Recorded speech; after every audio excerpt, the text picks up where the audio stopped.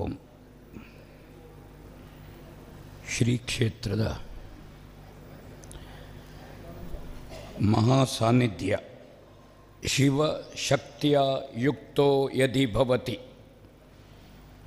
ಮಂಜುನಾಥ ಸ್ವಾಮಿ ಮತ್ತು ಅಮ್ಮನವರು ಜೊತೆಗಿರುವಂತಹದ್ದು. ಪ್ರಕೃತಿ ಪುರುಷರು ವೇದಗಳೇ ಹೇಳಿದೆ, ಯೋ ವೇದ ದೌಸ್ವರ ಪ್ರೋಕ್ತೋ ವೇದಾಂತೆ ಚ ಪ್ರತಿಷ್ಠಿತಃ ತಸ್ಯ ಪ್ರಕೃತಿಲೀನಸ್ಯ ಯ ಪರಸ್ಯ ಮಹೇಶ್ವರಾತ್. ಈ ಭಾಗದಲ್ಲಿ ಕೂತಿದ್ದೀರಿ, ನೀವು ಪುರುಷನನ್ನು ಪ್ರತಿನಿಧಿಸ್ತೀರಿ. ಆ ಭಾಗದಲ್ಲಿ ಕೂತಿದ್ದಾರೆ ತಾಯಂದಿರು, ಅವರು ಅಮ್ಮನವರನ್ನು ಪ್ರತಿನಿಧಿಸ್ತಾರೆ. ಶಿವಶಕ್ತಿ ಆ ಮಹಾಸಾನ್ನಿಧ್ಯ ಧರ್ಮದೇವತೆಗಳು ಅಣ್ಣಪ್ಪ ಸ್ವಾಮಿ ಎಲ್ಲರನ್ನೂ ಅತ್ಯಂತ ಭಕ್ತಿಯಿಂದ ನನ್ನ ಪ್ರಣಾಮಗಳನ್ನು ಸಮರ್ಪಿಸ್ತಾ ಇದ್ದೇನೆ. 57 ವರ್ಷಗಳ ಧರ್ಮದೀಕ್ಷೆ, ಸಮಾಜದ ಸರ್ವೋನ್ನತಿಗಾಗಿ ಏನು ಸರ್ವೋದಯವನ್ನು ಮಹಾತ್ಮ ಗಾಂಧೀಜಿಯವರು ಹೇಳಿದ್ರ, ವಿಶ್ವ ಭ್ರಾತೃತ್ವವನ್ನು ವಿವೇಕಾನಂದರು ಹೇಳಿದ್ರ, ಇದನ್ನು ಪ್ರತಿಯೊಬ್ಬ ವ್ಯಕ್ತಿಯೂ ಸಶಕ್ತನಾಗಬೇಕು. ಆಧ್ಯಾತ್ಮಿಕವಾಗಿ, ಆದಿ ಭೌತಿಕವಾಗಿ, ಆದಿ ದೈವಿಕವಾಗಿ. ಜನ ಸಾಮಾನ್ಯರನ್ನು ಜನಮಾನ್ಯರನ್ನಾಗಿಸುವ ಕೆಲಸ ಮಾಡಿದ ಮಹಾಪುರುಷರ ಸಾಲಿನಲ್ಲಿ ಮೊದಲ ಎಣಿಕೆಯಲ್ಲಿ ಗುರುತಿಸಬೇಕಾದ ಪರಮಪೂಜ್ಯ ಧರ್ಮಾಧಿಕಾರಿಗಳು, ಪಟ್ಟಾಧಿಕಾರಿಗಳು, ಖಾವಂದರನ್ನು ಮತ್ತು ಮಾತೃಶ್ರೀ ಹೇಮಾವತಿ ಅಮ್ಮನವರ ಪದಪಲ್ಲವಗಳಿಗೆ ನನ್ನ ಭಕ್ತಿಯ ಪ್ರಣಾಮಗಳನ್ನು ಸಮರ್ಪಿಸ್ತಾ ಇದ್ದೇನೆ. ಪರಮಪೂಜ್ಯ ಯೋಗಿ ಕೌಸ್ತುಭ ಮಾಣಿಲದ ಶ್ರೀಧಾಮ ಮಹಾಲಕ್ಷ್ಮಿ ಕ್ಷೇತ್ರದ ಯತಿವರಿಯರಿಗೂ ನನ್ನ ಭಕ್ತಿಯ ಪ್ರಣಾಮಗಳನ್ನು ಸಮರ್ಪಿಸ್ತಾ ಇದ್ದೇನೆ. ವೇದಿಕೆಯಲ್ಲಿ ಉಪಸ್ಥಿತರಿರುವ ಹಿರಿಯ ಉದ್ಯಮಿಗಳು, ದೊಡ್ಡ ನಮ್ಮ ಕರ್ನಾಟಕದ ಏನು ಅಕ್ಕಿ ಮಿಲ್ಲುಗಳು, ಅಕ್ಕಿ ಗಿರಣಿ, ಅದಕ್ಕೆ ಮಾರ್ಗಪ್ರವರ್ತಕರಾಗಿರುವಂತಹ ಶಿವಶಂಕರ ನಾಯಕರೇ ಮತ್ತು ಎಲ್ಲ ಶ್ರದ್ಧೆಯ ತಾಯಂದಿರೇ, ಮಹನೀಯರೇ, ಭಜನಾಪಟುಗಳೇ, ಸಂಘಟಕರೇ ಮತ್ತು ಎಲ್ಲರನ್ನು ಉದ್ದೇಶಿಸ್ತೇನೆ. ಯುವ ಜನತೆಯಲ್ಲಿ, ಯುವಕರಲ್ಲಿ ಸಂಸ್ಕಾರ ಮತ್ತು ಸಂಸ್ಕೃತಿ ಅಂತ ಪೂಜ್ಯರು ಅಪ್ಪಣೆ ಕೊಡಿಸಿದ್ದಾರೆ. ಯುವಕರು ಅಂದರೆ ಗಂಡಸರು ಮಾತ್ರ ಅಲ್ಲ, ಯುವತಿಯರು ಸೇರಿ ಯುವ ಜನತೆಯಲ್ಲಿ ಹೇಗಿರಬೇಕು ಸಂಸ್ಕಾರ, ಸಂಸ್ಕೃತಿ ಹೇಗಿರಬೇಕು ಅಂತ ನನ್ನ ವಿವೇಚನೆಯನ್ನು ನಿಮ್ಮ ಮುಂದಿಡ್ತೇವೆ. ಸಮ್ಯಕ್ ಕರೋತಿ ಇತಿ ಸಂಸ್ಕಾರ. ಮನುಷ್ಯನನ್ನು ನೇರ ದಾರಿಗೆ ತರುವಂಥದ್ದು. ತೆಂಗಿನ ಮರ ಹೋದಾಗೆ ಆ ಕೊಡುವ ಪ್ರಕ್ರಿಯೆಗಳು ಏನುಂಟು ಅದು ಸಂಸ್ಕಾರ. ಅವನನ್ನು ನೇರ ಮಾಡುವಂಥದ್ದು, ನೇರ್ಪುಗೊಳಿಸುವಂಥದ್ದು. ಸಮ್ಯಕ್ ಕರೋತಿ ಇತಿ ಸಂಸ್ಕಾರ. ತೆಂಗಿನ ಗಿಡ ಬೆಳೆಯುವಾಗ ಒಂದು ಅಡ್ಡ ಕೋಲಿಡಿ ಅದು ಬದಿಗೆ ಹೋಗ್ತದೆ, ಅದು ಸಭ್ಯತೆಯ ಲಕ್ಷಣ. ಹೊಲಸು ಹೊತ್ತವ ಶತಮೂರ್ಖ ಬರುವಾಗ ಸಜ್ಜನ ಸಮಾಜ ಬದಿಗೆ ಸರಿಯುತ್ತದೆ. ಹೊಲಸು ಹೊತ್ತವನಿಗೆ ಮೈಗೆ ಹೇಸಿಗೆ ಆಗಲಿಕ್ಕೆ ಉಂಟ ಸ್ವಾಮಿ, ಬಿಳಿಯ ಬಟ್ಟೆ ಧರಿಸಿದವ ಬದಿಗೆ ಹೋಗಬೇಕು. ಬದಿಗೆ ಹೋದ್ರೆ ಅವ ಸೋತಿದ್ದಾನೆ ಅಂತ ಅರ್ಥ ಅಲ್ಲ, ಹೊಲಸಿನವನನ್ನು ಗೌರವಿಸಿದ್ದಾನೆ ಅಂತ ಅರ್ಥ ಅಲ್ಲ, ಅವನಿಗೆ ಮಡಿವಂತಿಕೆ ಪ್ರಜ್ಞೆ ಉಂಟು ಅಂತ ಅರ್ಥ ಅಷ್ಟೇ. ಹಾಗೆ ಮನುಷ್ಯನಿಗೆ ಸಂಸ್ಕಾರ ಎಲ್ಲಿಂದ ಕೊಡಬೇಕು? ನಮಗೆ ಷೋಡಶ ಸಂಸ್ಕಾರವನ್ನು ಹೇಳಿದ್ದಾರೆ. ಗರ್ಭಾಧಾನದಿಂದ ತೊಡಗಿ ಗರ್ಭದಲ್ಲಿ ಅಂಕುರಗೊಳ್ಳುವ ಜೀವನಿಗೆ ಸಂಸ್ಕಾರವನ್ನು ಹಿರಿಯರು ಹೇಳಿದ್ದಾರೆ. ಗರ್ಭಧಾನಕ್ಕೆ ಸಂಸ್ಕಾರ ಉಂಟು. ತಿಥಿ, ವಾರ, ನಕ್ಷತ್ರ, ಯೋಗ, ಕರ್ಣವನ್ನು ಕಂಡು ಗಂಡ ಹೆಂಡತಿಯರು ಸಮಾಗಮಗೊಳ್ಳಬೇಕು. ಸಂಸ್ಕಾರ ಅಲ್ಲಿಂದ ಬರ್ತದೆ.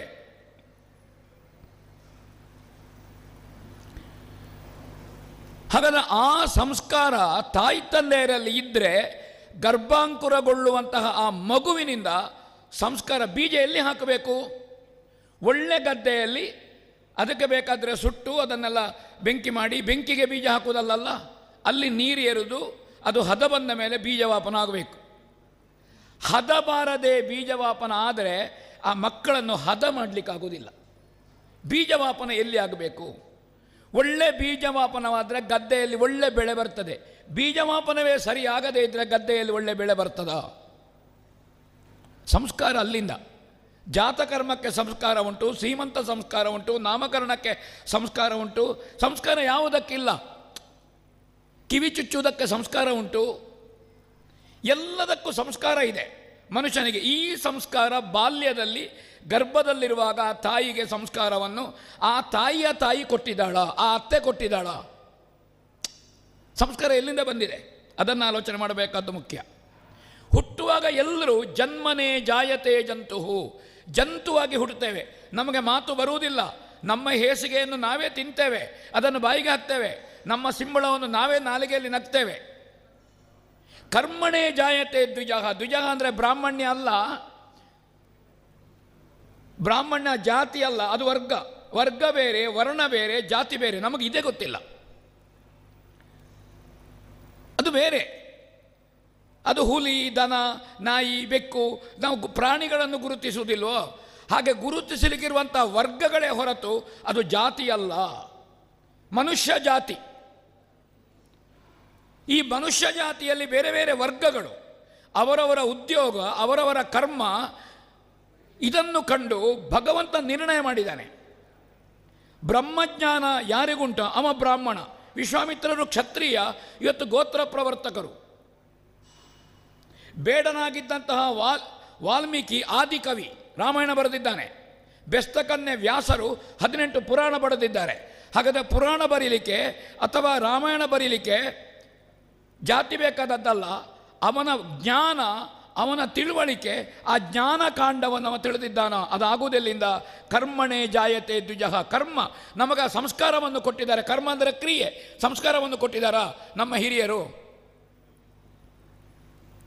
ಇದನ್ನು ಆಲೋಚನೆ ಮಾಡಿ. ತಾಯಂದರೆ ಮಕ್ಕಳಿಗೆ ಸಂಸ್ಕಾರ ಕೊಡುವುದನ್ನು ಆಲೋಚನೆ ಮಾಡಿ. ಮಗು ಕೂಗುತ್ತದೆ, ಮೊಬೈಲ್ ಕೊಟ್ಟು ಮಗುವಿನ ಅಳು ನಿಲ್ಲಿಸಬೇಡಿ. ಮೊಬೈಲ್ ಕೊಟ್ಟು ಮಗುವಿಗೆ ಹಾಲು ಕೊಡಬೇಡಿ. ಮೊಬೈಲ್ ಕೊಟ್ಟು ಮಗುವಿಗೆ ಊಟ ಕೊಡಬೇಡಿ. ಮೊಬೈಲ್ ಕೊಟ್ಟು ಮಗುವನ್ನು ಮಲಗಿಸಬೇಡಿ.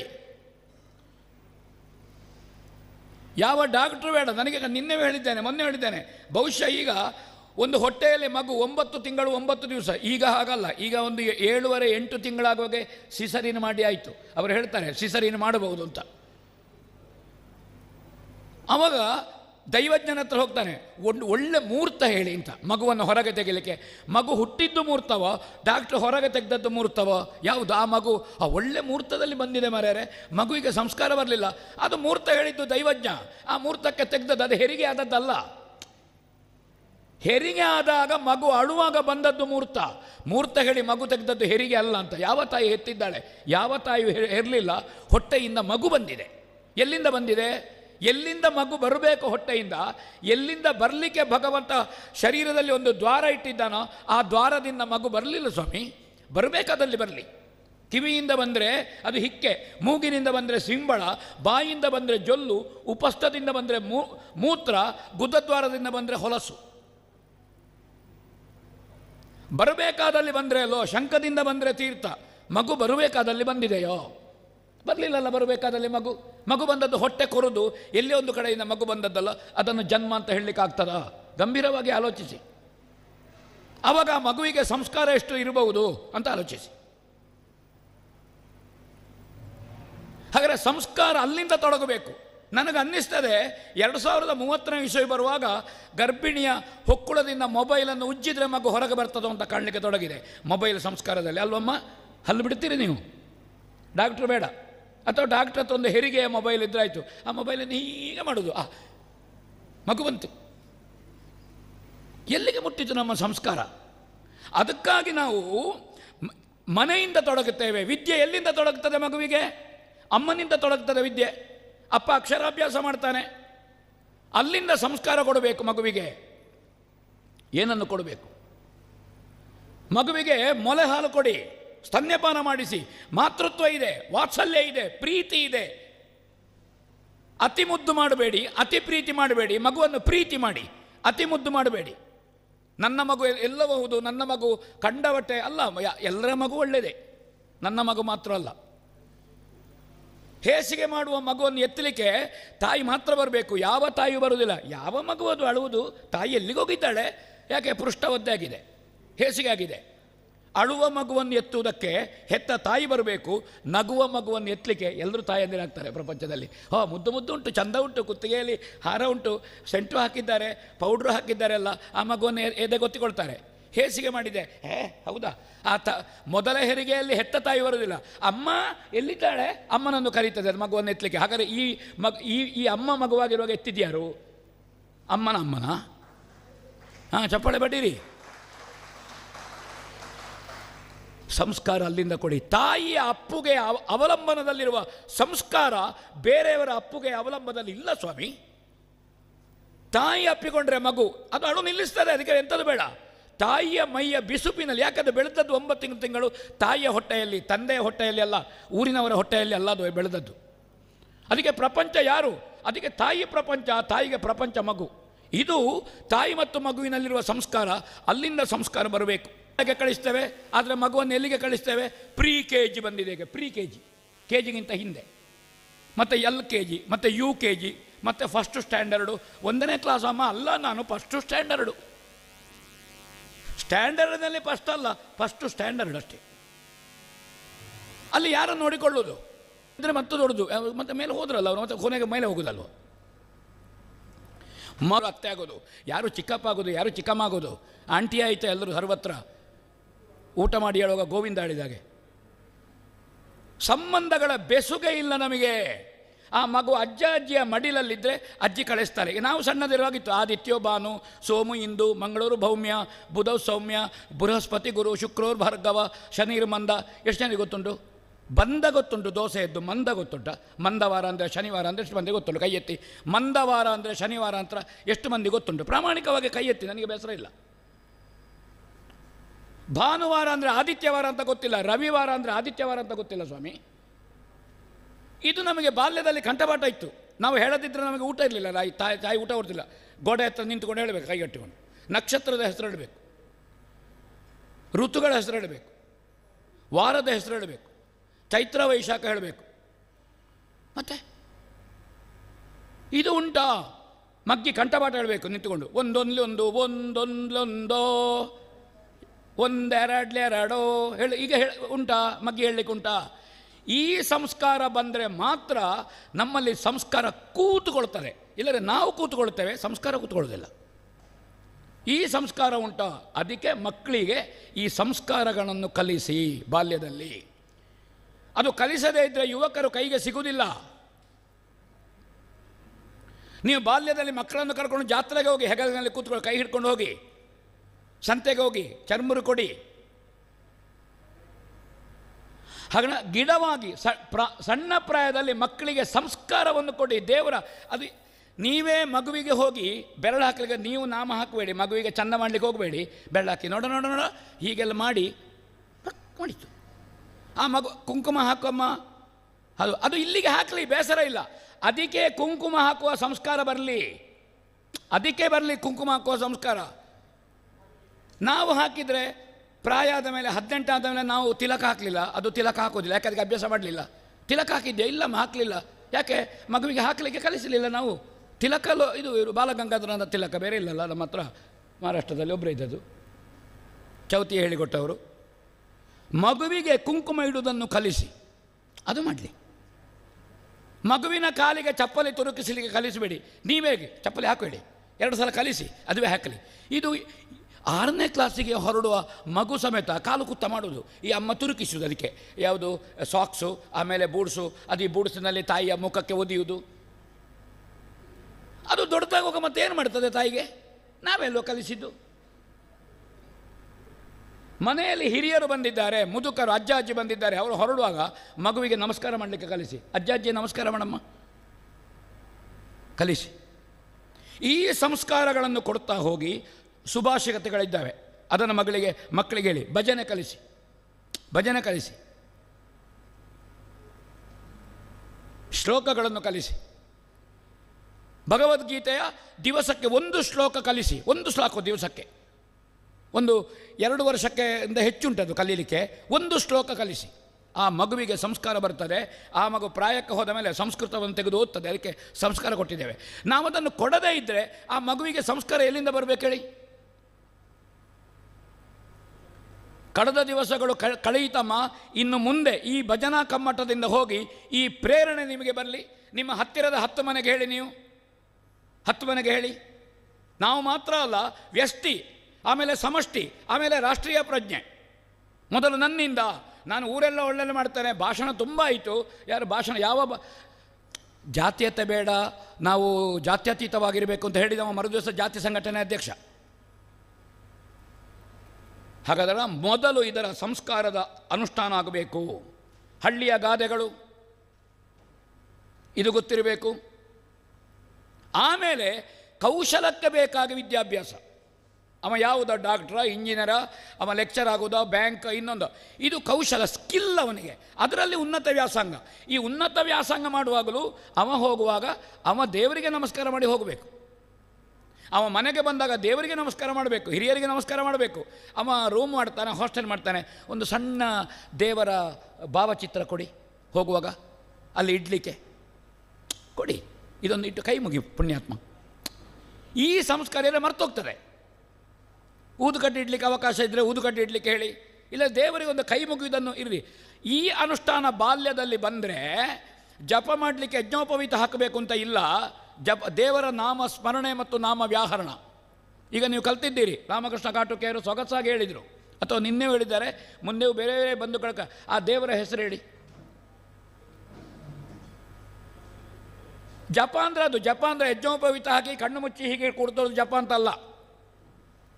ಸಂಧ್ಯಾಕಾಲ ಅಂದರೆ ಸಂಜೆ ಅಲ್ಲ, ಒಂದು ಬೆಳಗ್ಗೆ ಪ್ರಾತಃ ಸಂಧ್ಯೆ ಅಥವಾ ಮಧ್ಯಾಹ್ನ ಸಂಧ್ಯೆ ಅಥವಾ ಸಾಯಂ ಸಂಧ್ಯೆ, ದಿವಸಕ್ಕೆ 3 ಹೊತ್ತು, ಎಷ್ಟೊತ್ತಿಗೂ ಅಲ್ಲ. ಏನು ಕೆಲಸ ಇಲ್ಲ, ರಾತ್ರಿ 12 ಗಂಟೆ ಆಯಿತು, ಅದು ಮೊಬೈಲ್ ಅದು ಹ್ಯಾಕ್ ಆಗಿದೆ ಅಥವಾ ಬ್ಯಾಟ್ರಿ ವೀಕ್ ಆಗಿದೆ, ಹಾಗಾದ ಕಾರಣ ಏನು ಸಂಧ್ಯಾ ವಂದನೆ ಮಾಡುವ, ಇಲ್ಲ ಮಾಡೋದು ಬೇಡ ಸ್ವಾಮಿ. ಆ ಒಂದು ಸಮಯಕ್ಕೆ ಅವಧಿ ನಿರ್ಣಯಕ್ಕೆ ಒಂದು ಟೈಮ್ ಟೇಬಲ್ ಇರಲಿ. ಅಲ್ಲಿ ನೀವೊಂದು ದೇವರ ನಾಮ ರಾಮ ಜಪ ಹೇಳಿ, ಶ್ರೀರಾಮ ಜಯ ರಾಮ ಜಯ ಜಯ ರಾಮ ಹೇಳಿ. ಒಂದು 8 ಮೊದಲು 12 ಸಲ ಹೇಳಿ, ಆಮೇಲೆ 24 ಸಲ ಹೇಳಿ, ಮತ್ತು 48 ಸಲ ಹೇಳಿ. ಮತ್ತು ನಿಮಗೆ ಆಗ್ತದೆ ಮಾಡದಿದ್ದರೆ, ನಾನು ನಿನ್ನೆ ಮಾಡಲಿಲ್ಲ ಅಂತ. ನಿನ್ನೆ ಆಗಲಿಲ್ಲ, ಇವತ್ತು 12 ಮಾಡುವ, 24 ಮಾಡಿ, ಅದನ್ನು ಬಾಕಿ ಮಾಡಬೇಡಿ. ಇದನ್ನು ಮಾಡಿದರೆ ನಿಮ್ಮ ರಕ್ಷಣೆಗೆ ಯಾರೂ ಬೇಡ. ನಿಮ್ಮ ಅನುಷ್ಠಾನ, ನಿಮ್ಮ ದೇವರ ನಾಮ ಹೇಳಿದ್ದು ನಿಮ್ಮನ್ನು ರಕ್ಷಿಸ್ತದೆ. ನಿಮಗೆ ಬಡತನ ಇಲ್ಲ, ನಿಮಗೆ ಸೋಲಿಲ್ಲ, ನಿಮಗೆ ರೋಗ ಇಲ್ಲ, ನಿಮ್ಮ ಮಾನಸಿಕ ದೌರ್ಬಲ್ಯ ಇಲ್ಲ, ನಿಮ್ಮನ್ನು ಸಶಕ್ತಗೊಳಿಸ್ತದೆ. ಈ ಅನುಷ್ಠಾನ ಮಾಡಬೇಕು ಪ್ರತಿ ದಿವಸ. ನೆನಪಾದಾಗ ಪುರುಸೊತ್ತಾಗುವಾಗ ಅಲ್ಲ, ಆವಾಗ ದೇವರಿಗೆ ಇರುವುದಿಲ್ಲ. ನೀವು ಪುರುಸೊತ್ತಾಗುವಾಗ ಮಾಡಿದ ದೇವರು ಹಾಗೆ ಅವನ ಪುರುಸೊತ್ತಿಗೆ ಮಾಡಿದ. ಇವತ್ತು ನನಗೆ ಪುರುಸೊತ್ತಿಲ್ಲ, ಬೇರೆ ತುಂಬ ಕೆಲಸ ಇಲ್ಲೋ ದೇವರಿಗೆ. ಇದನ್ನು ನಿತ್ಯ ಮಾಡಿದರೆ ಅದು ಪಿಕ್ಮೆಯಾಗೆ ದೇವರಿಗೆ ಗೊತ್ತಿರ್ತದೆ, ಇವ ನಿತ್ಯ ಮಾಡ್ತಾನೆ, ನನಗೆ ಅವನೊಂದು ಅನುಗ್ರಹ ಮಾಡದೇ ಗೊತ್ತಿಲ್ಲ ಅಂತ. ಇದು ನಮಗೆ ಆಗಬೇಕಾದ್ದು ಮುಖ್ಯ. ಆ ಕಾರಣದಿಂದ ಭಜನೆ, ಸಂಧ್ಯಾವಂದನೆ, ದೇವರ ನಾಮ ನಾನು ಹೇಳಿದೆ. ಇನ್ನಿರುವಂತಹದ್ದು ಜಾತ್ರೆ, ಊರಿನ ಜಾತ್ರೆಗೆ ಹೋಗಬೇಕು. ಧರ್ಮಸ್ಥಳದ ಲಕ್ಷದೀಪೋತ್ಸವ, ನಿಮ್ಮ ಊರಿನಲ್ಲಿ ಯಾವ ಜಾತ್ರೆಯೋ ಆ ಜಾತ್ರೆಯಲ್ಲಿ ಪಾಲ್ಗೊಳ್ಳಿ. ಹೋಗಿ ದೇವರೊಟ್ಟಿಗೆ ಒಂದು ಸುತ್ತು ಬನ್ನಿ.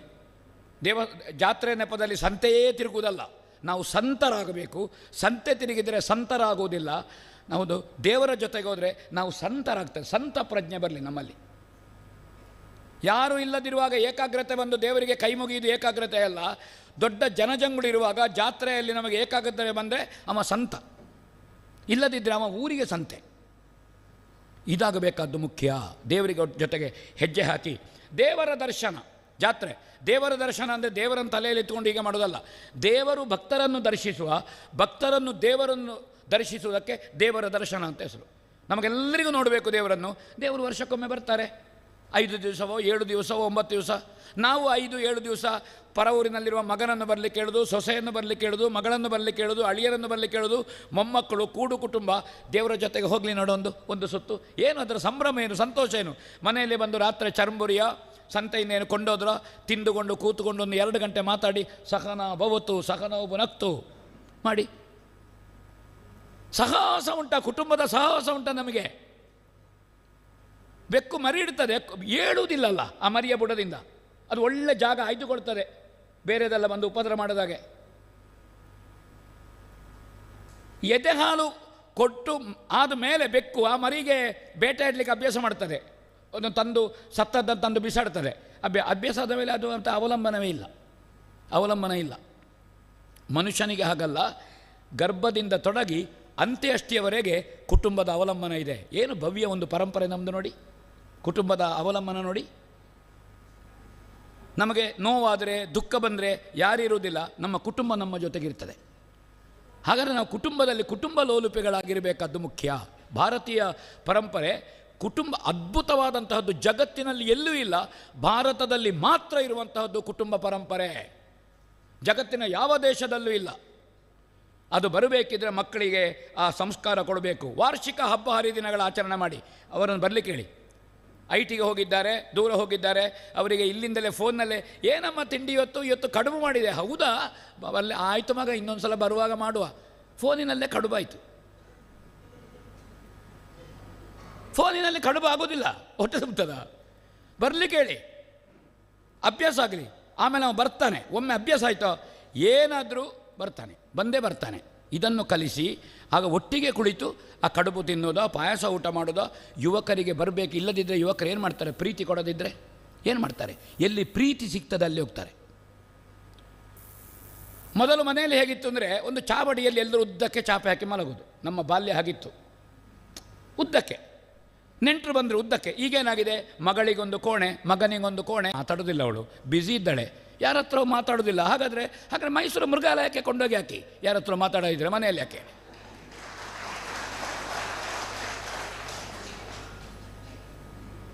ಆ ಮಗುವಿಗೆ ಹೇಳಿ, ಸೋದರ ಮಾವ ಬಂದಿದ್ದಾನೆ, ಏನು ಓದ್ತಿಯಮ್ಮ, ಮಾತಾಡಲಿ, ಮಾತುಕತೆ, ಇಂಟ್ರಾಕ್ಷನ್ ಆಗಲಿ. ಆವಾಗೊಂದು ಕುಟುಂಬ, ಒಬ್ಬ ಮಾವ, ಗೊತ್ತಾಗ್ತದೆ. ಇದು ಇಲ್ಲದಿದ್ದೇನೆ ಒಬ್ಬನೇ ಇರುವುದು, ಒಬ್ಬನೇ ಬೋರ್ ಆಗ್ತದೆ. ಆವಾಗ ಹೊರಗೆ ಹೋಗ್ತಾರೆ, ಯಾರೋ ಒಬ್ಬನೇ ಇರುವ ಸಿಗ್ತಾನೆ. ಆ ಒಬ್ಬನೇ ಮತ್ತು ಈ ಒಬ್ಬನೇ ಸೇರ್ತಾರೆ. ಒಂದು ಎರಡು, ಈಗ ಒಂದು 11 ಆಗಿದೆ, 2 ಆಗಲಿಲ್ಲ. ಇಲ್ಲಿ ಇದೊಂದು ಬೇರೆ, ಇದೊಂದು ಬೇರೆ. 11 ಆದವನೇ ಮತ್ತೆ ತುಳುವಿನಲ್ಲಿ ಮತ್ತೆ 12, ಮತ್ತೆ ಓಡುವುದೇ 12, 12. ಯಾರೊಟ್ಟಿಗೆ ಓಡೋದು? ಯಾರು ಅಂತ ಗೊತ್ತಿಲ್ಲ. ಯಾರೊಬ್ಬ ಬರ್ತಿದ್ದ ಮನೆ ಬೈಕಿನಲ್ಲಿ, ಮನೆ ಆಚೆ ಈಚೆ. ಇವಳು ಇಲ್ಲಿಂದ ಹೀಗೆ ಮಾಡ್ತಿದ್ಲು, ಮತ್ತೊಂದು ಸಹ ಹೀಗೆ ಇಲ್ವೇ ಇಲ್ಲ, ಅವಳು ಹೀಗೆ ಮಾಡಿದ್ಲು, ನಾನು ಸಿಗುವುದಿಲ್ಲ ಅಂತ ಓದ್ಲು. ಯಾರು ಮಾಡಿದ್ದು? ಯಾರು ಮಾಡಿದ್ದು? ಹಾಂ, ಇದು ಹೋಗುವವರೆಗಿರಬೇಕು, ನಾನು ಹೋಗೋಲ್ಲಿಗೆ ಮರೆಯುವುದಲ್ಲ. ಹಾಂ, ಕಲಿಸಿ. ಅವಲಂಬನ ಕೊಡಿ, ಅವಲಂಬನ ಕೊಡಿ. ಹಸು ಕರುವಾಗ್ತದೆ, ದಿವಸಕ್ಕೆ 2 ಸಲ ಕರು ಬಿಡುತ್ತೇವೆ. ಹಸು ಮತ್ತು ಕರುವಿನ ಅವಲಂಬನೆ. ನೀವು 1 ವಾರ ಕರು ಬಿಡಬೇಡಿ. 8ನೇ ದಿವಸ ಹಸುವಿನ ಕೆಚ್ಚಲಿನಲ್ಲಿ ಹಾಲು ಇರುವುದಿಲ್ಲ, ಹಾಲು ಬತ್ತುತ್ತದೆ. ಕರುವಿನ ಅವಲಂಬನ ಇದ್ದರೆ ಅದು 2 ವರ್ಷ ಕರೆದ ಹಸು ಉಂಟು, 3 ವರ್ಷ ಕರು ಹಾಕಿ ಕರೆದದ್ದಿಲ್ವಮ್ಮ ಇಲ್ವಾ? ಯಾಕಿತ್ತು? ಕರು ಇಲ್ಲದೆ ಕರುವನ್ನು ದೂರ ಕಟ್ತೇವೆ. ಯಾಕೆ? ಮನೆಯ ಬಾವಿಯ ನೀರನ್ನು ಬೆಳ್ಳಗೆ ಮಾಡಿ ಮಾರಲಿಕ್ಕೆ ಬೇಕಲ್ಲ. ಹಾಲು ಕರುವನ್ನು ಎಳೆದು ಕಟ್ಟುವುದು ಮಾತ್ರ, ಮುಂದೆ ಹಿಂದೆ ಅಲ್ಲ. ಹಿಂದೆ ಕೆಚ್ಚಲಿಗೆ ಬಾಯಿ ಆಗ್ತದೆ, ಮುಂದೆ ಹೋಗಿ ಕಟ್ಟುವುದು. ಆ ಮಗುವನ್ನು ನೆಕ್ಕುತ್ತಾ ಅದು ಮಗುವಿಗೆ ಹಾಲು ಬಿಡ್ತದೆ. ಈ ಹಿಂಡಿ ಹಾಕಿದವ ನೇತಾಡ್ತಾನೆ ತಂಬಿಗೆ ಹಿಡ್ಕೊಂಡು. ಅದು ಇವನಿಗೆಲ್ಲ ಹಾಲಿಟ್ಟದ್ದು ಕೆಚ್ಚಲಿನಲ್ಲಿ, ಅದು ತನ್ನ ಕರುವಿಗಿಟ್ಟದ್ದು ಸ್ವಾಮಿ. ಈ ಸಂಸ್ಕಾರಗಳನ್ನು, ಬಂಧುತ್ವವನ್ನು, ಕೌಟುಂಬಿಕ ಕ್ರಮವನ್ನು ನೀವು ಅಳವಡಿಸಿ, ಕೌಟುಂಬಿಕ ಕ್ರಮ ಅಳವಡಿಸಿ ಯುವಕರಿಗೆ ಯುವತಿಯರಿಗೆ ಸಂಸ್ಕಾರ ಸಿಗಬೇಕು ಅಂತಾರೆ. ಒಂದೇ ಕುಟುಂಬ. ಕುಟುಂಬ ಇಲ್ಲದಿದ್ದರೆ ಸಂಸ್ಕಾರ ಕೊಡಲಿಕ್ಕೆ ಬರುವುದಿಲ್ಲ. ಗುಂಡು ಸೂಜಿಯನ್ನು ಅದರಷ್ಟಕ್ಕೆ ಇಟ್ಟರೆ ಕಾಂತತ್ವ ಬರುವುದಿಲ್ಲ. ಗುಂಡು ಸೂಜಿಯನ್ನು ಕಾಂತದ ಕಲ್ಲಿನ ಮೇಲೆ ಇಡಿ, ಮರುದಿವಸ ಇನ್ನೊಂದು ಗುಂಡು ಸೂಜಿಯನ್ನು ಎತ್ತಲಿಕ್ಕೆ ಆಗ್ತದೆ. ಅದರಲ್ಲಿ ಅದರಷ್ಟಕ್ಕೆ ಇಟ್ಟರೆ ಮಣ್ಣು ಬರ್ತದೆ, ಕಾಂತದ ಕಲ್ಲಿನ ಇಟ್ಟರೆ ಮಣ್ಣು ಬರುವುದಿಲ್ಲ. ಶಕ್ತಿ ಬರ್ತದೆ ಅವಲಂಬನದಿಂದ. ಶಕ್ತಿ ಸಂಸ್ಕಾರ ಅವಲಂಬನದಿಂದ ಬರುವಂಥದ್ದು. ಇದನ್ನು ಕೊಡಿ ನೀವು, ಒಟ್ಟಿಗೆ ಸಂಸ್ಕಾರ ಮಾಡಿ. ವಾರ್ಷಿಕ ಹಬ್ಬ ಹರಿದಿನ. ನಮಗೆ ನಾಗರ ಪಂಚಮಿಯಿಂದ ಹಬ್ಬ ಆರಂಭ ಆಗ್ತದೆ, ಯುಗಾದಿ ಕಳೆದ ಮೇಲೆ. ಮತ್ತೊಂದು ಇದರಲ್ಲಿ ಕರ್ಕಾಟಕದಲ್ಲಿ ಬರುವ ಒಂದು ಅಮಾವಾಸ್ಯೆ ಉಂಟು, ಅದಕ್ಕೆ ಭೀಮನ ಅಂದರೆ ಸರಿಮಾ ತಿನ್ನುವ ಉಪವಾಸ. ಅದು ಭೀಮನ ಏಕಾದಶಿ ಹೇಳೋದು. ಅದು ಸಮ ತಿನ್ನಲಿಕ್ಕೆ ಇರುವಂಥದ್ದು. ಉಳಿದೆಲ್ಲ ಏಕಾದಶಿ ತಿನ್ನಲಿಕ್ಕಿಲ್ಲ, ತಿನ್ನೋದಿದ್ರು ಗುಟ್ಟಿನಲ್ಲಿ. ಹೌದೌದು, ಇದು ಸಾರೋದ್ರವಾಗಿ ತಿನ್ನುವಂಥದ್ದು. ಅದು ಬೇಡ.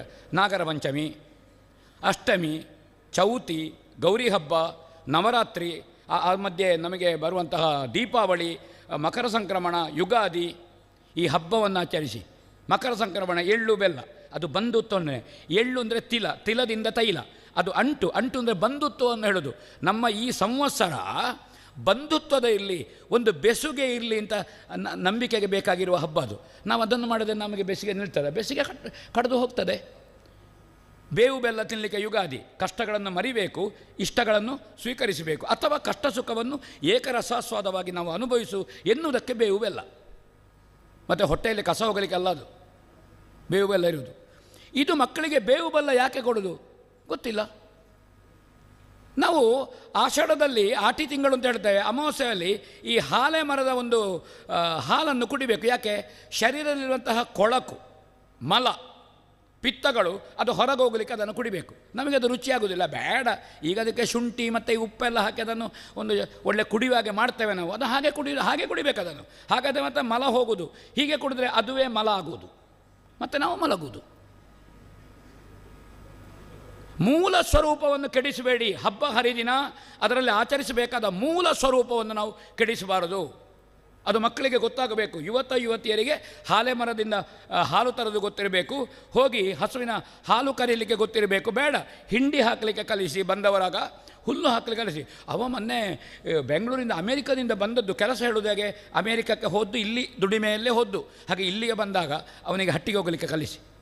ದೇವರಿಗೆ ಪೂಜೆ ಮಾಡಿ ಬಂದ ದಿವಸ ದೇವರಿಗೆ ಪೂಜೆ ಮಾಡಲಿಕ್ಕಾಗಲಿಲ್ಲ, ಹೂ ಕೊಯ್ಲಿಕ್ಕೆ ಹೇಳಿ. ಇವತ್ತು ದೇವರಿಗೆ ಹೂ ಕೊಯ್ ಮಗ, ನನಗೆ ಗೊತ್ತಿಲ್ಲ. ಹೌದಾ? ಊಟ ಮಾಡಲಿಕ್ಕೆ ಗೊತ್ತುಂಟಾ? ಹೂ ಕೊಯ್. ಆವಾಗ ದೇವರ ಹತ್ರ ಅವಲಂಬನ ಪ್ರೀತಿ ಬರ್ತದೆ. ತಾನು ಹೂ ಕೊಯ್ದದ್ದು ಪೂಜೆಗೆ ಕೂತ್ಕೊಳ್ತಾನೆ.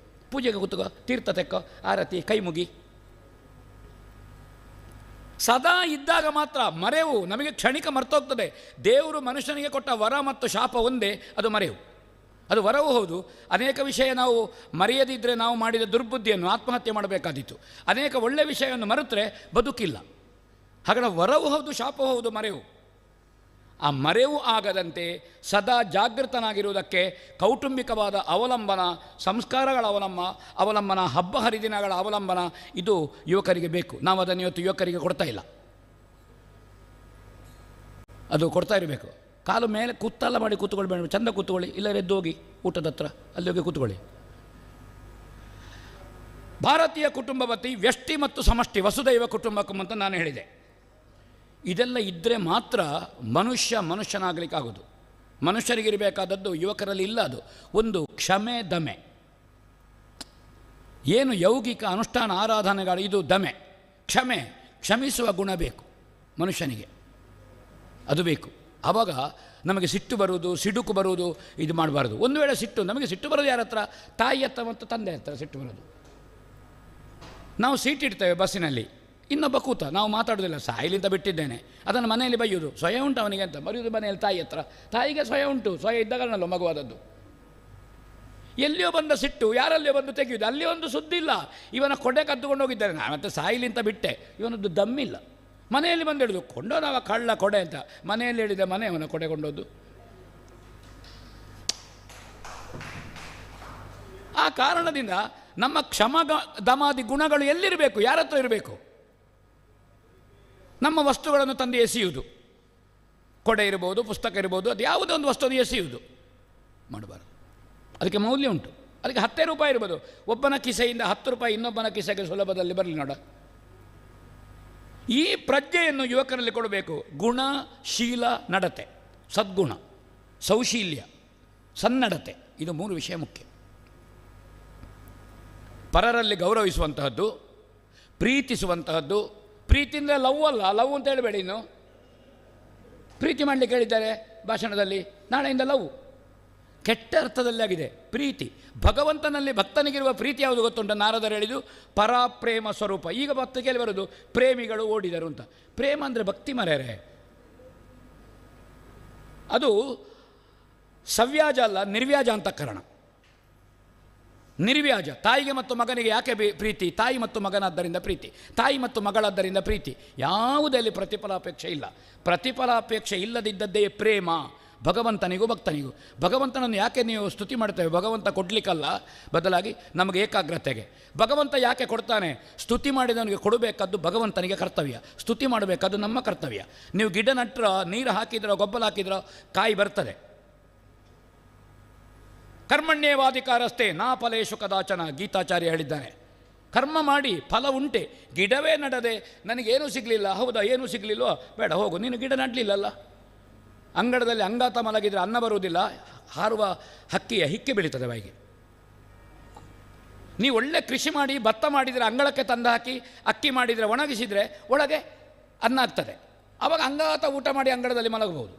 ಸುಮ್ಮನೆ ಅಂಗಳದಲ್ಲಿ ಮಲಗಿದರೆ ದೇವರು ದೇವರು ಅಂತೇಳಿ ಆಗ್ತದಾ? ಆಗೋದಿಲ್ಲ. ಹಾಗೆ ಕರ್ತೃತ್ವವನ್ನು, ಕಾಯಕವನ್ನು, ಕೆಲಸವನ್ನು ಕಲಿಸಿ ಯುವಕರಿಗೆ. ನಾವು 5 ಮಕ್ಕಳಿದ್ದೆವು, ಅದಕ್ಕಿಂತ ಇದ್ದ ಕ್ರಿಕೆಟ್ ಟೀಮ್ ಇತ್ತು, ಕಬಡ್ಡಿ ಟೀಮ್ ಇತ್ತು, ವಾಲಿಬಾಲ್ ಟೀಮ್ ಇತ್ತು ಒಂದೊಂದು ಮನೆಯಲ್ಲಿ ಮಕ್ಕಳು. ಈಗ ಒಂದು ಅರ್ಧ ಮಗು ಅಂತ ಇಲ್ಲ ಕಾಣ್ತದೆ, ಅರ್ಧ ಹೆತ್ತದ್ದುಂಟು. ಮಾಗದನನ್ನು 2 ಜನ ತಾಯಂದರೆ ಅರ್ಧ ಹೆತ್ತದ್ದು ಮತ್ತು ಜರೆ ಸಂಧಿಸಿದ್ದು ಅರ್ಧ ಮಗು ಆಗ್ತದೆ ಅಂತ ಅಮ್ಮ ಹೇಳಿದೆ. ಅಲ್ಲ, ಅರ್ಧ ಆದರೆ ಹೆರುತ್ತೆ. ಈಗ ಹೊಸ ಜನ್ರೇಷನ್ ಬಂದಿದೆ ಅಮ್ಮ, ನಾನು ಹೆರುವುದಿಲ್ಲ ಅಂತ ಹೇಳೋದು ಮಗಳು, ಹೆರುವುದಿಲ್ಲ ಅಂತ. ಅಲ್ಲ, ನೀನೇ ಹೆರಬೇಕಮ್ಮ, ನಾನು ಹೆತ್ತರೆ ನಿನ್ನ ಮಗು ಅಂತ ಆಗೋದಿಲ್ಲ. ಆಯಿತು, ನಾನು ಮಾತ್ರ ಮಗುವನ್ನು ನೋಡಿಕೊಳ್ಳುವುದಿಲ್ಲ, ಮುಟ್ಟುವುದಿಲ್ಲ. ಈ ತಾಯಿಯೇ ತಂದು ಮಗುವನ್ನು ದೂರದಿಂದ ಎದೆಗೆ ಹಿಡಿಯುವುದು. ಸಣ್ಣ ಮಕ್ಕಳು ಪಟಾಕಿಗೆ ಬೆಂಕಿ ಕೊಡುವುದಿಲ್ಲ. ಅಲ್ಲಿವರೆಗೆ ಬಂದಿದೆ ಸಂಸ್ಕಾರ ಹೇಳೋದು ನಾನು, ಅಲ್ಲಿವರೆಗೆ ಬಂದಿದೆ. ಒಂದು ಹೆಣ್ಣು ತಾಯಿಯಾಗೋದು ಸಂಭ್ರಮ ಸ್ವಾಮಿ. ಆ ಶ್ರೀಮಂತ ಏನು, ತಾಯಿಯಾಗೋದೇನು, ನಾವು ಸಕ್ಕರೆಕಾಯಿ ಕೊಡುವುದೇನು, ಆ ಸಂಭ್ರಮದಲ್ಲಿ ಎಷ್ಟು ಮಂದಿ ಪಾಲ್ಗೊಂಡಿದ್ದೀರಿ? ಮಗುವಿನ ಹೆರಿಗೆಯ ನೋವು ಎಷ್ಟು ಮಂದಿಗೆ ಹೆತ್ತು ಗೊತ್ತುಂಟು? ಮಗು ಹೆರುವಾಗ ನೋವಾದರೆ ಮಾತ್ರ ಅವಳು ತಾಯಿಯಾಗಿದ್ದಾಳೆ. ಅವಳಿಗೆ ಹೆರಿಗೆಯ ನೋವಿಗೆ ಔಷಧಿ ಉಂಟು ಅಮ್ಮ? ನನಗೆ ಗೊತ್ತಿಲ್ಲ, ನಾನು ವೈದ್ಯ ಅಲ್ಲ. ಹೆರಿಗೆಯ ನೋವಿಗೆ ಔಷಧಿ ಯಾವುದು ಗೊತ್ತುಂಟು ನಿಮಗೆ? ಭುಜಬಲಿಯವರು ಮೆತ್ತೆ ಅಂತೇಳಿ ಯಾರು? ಹೆರಿಗೆಯ ನೋವಿಗೆ ಔಷಧಿ ಯಾವುದು? ಯಾರು ಹೆರಲಿಲ್ಲ, ಎಲ್ಲ ಸೀಸನ್ ಇದೆ. ಹೆರಿಗೆ ನೋವಿಗೆ ಔಷಧ ಮಗು ಅಳುವುದು. ಮಗು ಅತ್ತ ಕೂಡಲೇ ತಾಯಿಗೆ ನೋವು ಇಲ್ಲ ಅಂತ ಇಲ್ಲ, ಸಂತೋಷ. ಈಗ ನೋಡ್ತಾಳೆ ಅಂದರೆ ಹೆಣ್ಣೋ ಗಂಡೋ ಹೇಳೋದವಳು. ಹಾಂ, ಹಾಗಾದರೆ ಹೆರಿಗೆ ನೋವಿಗೆ ಔಷಧ ಮಗು ಅಳುವುದು. ಪ್ರಸವ, ಜನನ, ಹೆಸರೇ ಪ್ರಸವ ಜನನ. ಸಿಸರೇನಿಗೆ ಅರ್ಥ ಎಂತದ್ದು ಹೇಳಿ ನೋಡ ನೀವು? ಪ್ರಸವವೂ ಅಲ್ಲ, ಜನನವೂ ಅಲ್ಲ, ಎಂಥದ್ದು ಅರ್ಥ? ಸಂಸ್ಕಾರ ಅಲ್ಲಿಂದ ಬರಬೇಕಾದ್ದು ಮುಖ್ಯ. ಕೌಟುಂಬಿಕ ಸಹೋದರಿಯ ಪ್ರೀತಿ, ಭಕ್ತಿ, ಶ್ರದ್ಧೆ, ಪರಸ್ಪರ ಅವಲಂಬನೆ ಇರಬೇಕು ಕುಟುಂಬದಲ್ಲಿ. ಅಣ್ಣ, ತಮ್ಮ, ಅಕ್ಕ, ತಂಗಿ, ಚಿಕ್ಕಪ್ಪ, ದೊಡ್ಡಪ್ಪ. ವ್ಯವಸ್ಥೆಯ ದೃಷ್ಟಿಯಿಂದ ನಾವು ಬೇರೆ ಬೇರೆ ಮನೆಯಲ್ಲಿರೋಣ. ಆದರೆ ಹಬ್ಬಗಳಿಗೆ ಈಗ ಒಂದು 30 ಮಂದಿ ಒಂದೇ ಮನೆ ಇರಲಿಕ್ಕೆ ಈಗಿನ ವಾತಾವರಣದ ಕಷ್ಟ. ಬೇರೆ ಬೇರೆ ಮನೆಯಲ್ಲೇ ಇರಲಿ, ಅರೆ ಮನಸ್ಸು ಒಂದಿರಲಿ. ಮನವೊಂದಾದರೆ ಮನೆಯೊಂದು, ಮನವೆರಡಾದರೆ ಮನೆ ಎರಡು. ಒಂದೇ ಮನೆಯಲ್ಲಿ 2 ಮನಸ್ಸು. ಅಣ್ಣನಿಗೂ ತಮ್ಮನಿಗೂ ಸರಿ ಇಲ್ಲ. ಅದು ಮನಸ್ಸು 2 ಆದರೆ ಮಾಡು ಮಾತ್ರ ಒಂದು, ಅದು ಒಂದು ಮನೆ ಅಲ್ಲ. ಅದಕ್ಕಿಂತ ಅವರು ಬೇರೆ ಬೇರೆ ಮನೆಯಲ್ಲಿದ್ದರೂ ಚಂದಕ್ಕಿರೋದು ಒಳ್ಳೆಯದು. ಮನ ಒಂದಾದರೆ ಮನೆಯೊಂದು. ನೀವು ಮಾವಿನ ಮರದ ಅಡಿಯಲ್ಲಿ ಕೂತ್ಕೊಳ್ಳಿ, ತೆಂಗಿನ ಮರದ ಅಡಿಯಲ್ಲಿ ಕೂತ್ಕೊಳ್ಳಿ, ಗಂಜಿ ಊಟ ಮಾಡಿ ಒಟ್ಟಿಗೆ ಸಂತೋಷದಲ್ಲಿ, ಅದು ಮನೆ. ಮನಸ್ಸು ಮುಖ್ಯ, ಮನಸ್ಸು ಕಾರಣ. ಅಂತಹದ್ದನ್ನು ನಾವು ಮಾಡಬೇಕಾದ್ದು ಬಹಳ ಮುಖ್ಯ. ನಾನು ಒಂದೆರಡು ವಿಷಯಗಳನ್ನು ಹೇಳಿ ಮತ್ತೆ ನೋಡಿ, ಸುಬ್ರಹ್ಮಣ್ಯ ಪ್ರಸಾದರು ಬಂದಲ್ಲಿ ಕೂತ್ರೆ ಸಮಯ ಆಯಿತು ಅಂತ ಅರ್ಥ. ಹೌದೌದು, ಹಾಗಾದರೆ ಸಮಯ ಉಂಟು ಅಂತ ಅರ್ಥ. ಕಲೆ ಮನುಷ್ಯನಿಗೆ ಸಂಸ್ಕಾರ ಕೊಡ್ತದೆ. ಸಂಗೀತ ಇರಬಹುದು, ನೃತ್ಯ ಇರಬಹುದು, ಯೋಗ ಇರಬಹುದು. ಇದು ಸಂಸ್ಕಾರವನ್ನು ಕೊಡ್ತದೆ. ಯೋಗಾಭ್ಯಾಸ ಮಾಡಿದರೆ ಕಾಯೇನ ವಾಚ ಮನಸ, ಶರೀರ, ಬುದ್ಧಿ, ಮನಸ್ಸು. ಬುದ್ಧಿ ಅಂದರೆ ವಿವೇಕ. ಇದನ್ನು 3 ಸಮನ್ವಯಗೊಳಿಸುವುದು ಯೋಗ. ಸೇರಬೇಕಾದ್ದೆಲ್ಲವೂ ಸಮ ಪ್ರಮಾಣದಲ್ಲಿ ಸೇರುವುದು ಯೋಗ. ಈಗ ಶಾಲೆಗಳಲ್ಲಿ ಅದು ಬಂದಿದೆ. ಧರ್ಮಸ್ಥಳದ ಎಲ್ಲ ಶಾಲೆಗಳಲ್ಲಿ ಯೋಗಾಭ್ಯಾಸಗಳು ಉಂಟು. ಯೋಗಾಭ್ಯಾಸದ ಪ್ರದರ್ಶನಕ್ಕೆ ಗಿನ್ನೆಸ್ ದಾಖಲೆ ಬಂದಿದೆ. ಪೂಜ್ಯ ಕಾವಂದರ ಆಶೀರ್ವಾದದಲ್ಲಿ ಧರ್ಮಸ್ಥಳಕ್ಕೆ ಬಂದಿದೆ ಅದು, ಶಾಂತಿವನಕ್ಕೆ. ದೇಹವನ್ನು ನಾವು ದಂಡನೆ ಮಾಡುವಂಥದ್ದು. ದೇಹವನ್ನು ದಂಡ ಮಾಡುವುದಲ್ಲ, ದಂಡನೆ ಮಾಡುವುದು. ಅದಕ್ಕೆ ಸರಿಯಾಗಿ ಮನೋಸ್ಥಿತಿ, ಅದಕ್ಕೆ ಸರಿಯಾದ ವಿವೇಕ. ಇದು ಯೋಗ. ಯೋಗ ಕರ್ಮಸು ಕೌಶಲಮು. ಕೃಷ್ಣ ಹೇಳಿದ್ದು ಅರ್ಜುನನಿಗೆ, ಆ ಯೋಗ ಕರ್ಮವನ್ನು ಮಾಡುವ ಕೌಶಲ ಏನುಂಟು, ಏಕಾಗ್ರತೆ ಏನುಂಟು, ಅದು ಮುಪ್ಪುರಿಗೊಳ್ಳಬೇಕು ಸಮ ಪ್ರಮಾಣದಲ್ಲಿ. ಆವಾಗ ದೇಹ ಭಾಷೆ, ಮನಸ್ಸಿನ ಭಾವ, ಆವಾಗ ವಿವೇಕದ ಪ್ರಜ್ಞೆ ನಮ್ಮಲ್ಲಿ ಚೆಂದ ಇರ್ತದೆ. ಇದನ್ನು ಮಕ್ಕಳಿಗೆ ಕಲಿಸಿ. ಯೋಗ ಅಲ್ಲಿ ಯೋಗ ಕ್ಲಾಸ್ ಉಂಟಂದರೆ ನೀನು ಯೋಗ ಕ್ಲಾಸಿಗೆಲ್ಲ ಸೇರಬೇಡ, ತಡ ಆಗ್ತದೆ ಬರುವಾಗ. ಯೋಗ ಕ್ಲಾಸಿಗೆ ಸೇರದಿದ್ದವ ಬೇಗ ಬಂದಿದ್ದಾನೆ, ಒಂದು ಉದಾಹರಣೆ ಹೇಳಿ. ಅವ ಸಂತೆ ತಿರುಗಿಕೊಂಡು ಗೂಡಂಗಡಿಗೆ ಹೋಗಿ ಮೊಬೈಲ್ ನೋಡಿಕೊಂಡು ಎಲ್ಲ ಮಾಡಿ ಮತ್ತೆ ಎಷ್ಟೊತ್ತಿಗೆ ಬಂದಿರ್ತದೆ. ಇವತ್ತು ಸ್ಪೆಷಲು ಕ್ಲಾಸ್ ಇತ್ತು, ಮಾರ್ಕು 35ವರೆ. ಸ್ಪೆಷಲು ಕ್ಲಾಸ್ ಯಾರಿಗೆ? ಸ್ಪೆಷಲು ಕ್ಲಾಸ್ ಎಲ್ಲಿ? ಸ್ಪೆಷಲು ಕ್ಲಾಸು ಗೂಡಂಗಡಿಯಲ್ಲಿ. ಮನೆಗೆ ಮಗಳೋ ಮಗನೋ ತಡವಾಗಿ ಬಂದರೆ ಕೇಳಿ, ಮೊದಲನೇ ದಿವಸವೇ ಕೇಳಿ. ಎಲ್ಲ ಹೆಂಡತಿ ಕಡೆ ಸ್ವಲ್ಪ ತಡ ಆಗಿದೆ, ಇವತ್ತು ಮಾತಾಡಬೇಡ, ಸುಮ್ಮನೆ ಕೂತುಕ. ಎಲ್ಲಿ ಒಬ್ಬನೇ ಮಗ ಅಲ್ಲೋ, ಎಲ್ಲರೂ ಹೋದರೆ ಮಾತಾಡಬೇಡ ಅಂತ ಅವನಿಗೆ ಕೇಳಿತದು. ಇವತ್ತು ಮಾತಾಡಬೇಡ ಆಡಿದ್ದು. ಅವ ಕಿವಿ ಕೊಡ್ತಾನೆ, ಇವತ್ತು ಮಾತಾಡಲಿಲ್ಲ, ನಾಳೆಯೂ ಮಾತಾಡೋದಿಲ್ಲ, ನಾಳೆ ಮತ್ತು ತಡ ಆಯಿತು, ಇವತ್ತು ಬೇಡ, ನಾಳೆ ಕೇಳುವ. ಅವ ಕಿವಿ ಕೊಡ್ತಾನೆ, ಎಂತ ಮಾತಾಡ್ತಾರೆ ಇವರು ಅಂತ. ಯಾವಾಗ ನಾಳೆ ಕೇಳೋದು? ಯಾವ ನಾಳೆ ಕೇಳೋದು? ಮತ್ತೊಂದು ಸಹ ಇವತ್ತು ಕೇಳುವುದೇ, ದೇವರ ದಯದಿಂದ ಅವಳು ಬರಲೇ ಇಲ್ಲ ಇವತ್ತು ಕೇಳಲಿಕ್ಕೆ, ಎಲ್ಲಿ ಹೋಗಿದ್ದಾರೆ ಅಂತ ಗೊತ್ತಿಲ್ಲ. ಮೊದಲ ದಿವಸ ಕೇಳಿ, ಯಾಕೆ ತಡ ಆಯ್ತಮ್ಮ? ಮರುದಿವಸ ಸಮಯಕ್ಕೆ ಬರ್ತಾಳೆ. ಸ್ವಲ್ಪ ಮೈ ಬಿಸಿ ಉಂಟು, ಮಾತ್ರೆ ತೆಕ್ಕೊಳ್ಳೋದೆ, ಸರಿ ಬಿಸಿ ಆಗಲಿ ತೊಂದರೆ ಇಲ್ಲ. ಆವಾಗ ಹೇಳ್ತಾರೆ ಅದು ಜ್ವರ, ವೈರಲ್ ಜ್ವರ. ಹೌದೌದು ಹೇಳ್ತಾರೆ. ಮೊದಲಾಗಬೇಕದು, ಕೇಳುವಂಥದ್ದು ಮೊದಲಾಗಬೇಕು. ಆ ಕಾರಣದಿಂದ ಈ ಸಂಸ್ಕಾರ ಯೋಗ. ಇನ್ನು ನೃತ್ಯದಿಂದ, ಭರತ ನೃತ್ಯವ ಯಾವುದೇ ನೃತ್ಯ, ಈ ಫೋಕ್ ಡ್ಯಾನ್ಸುಗಳಲ್ಲ. ನೃತ್ಯ ದೇಹ ಭಾಷೆಯನ್ನು ಸೌಂದರ್ಯಗೊಳಿಸ್ತದೆ.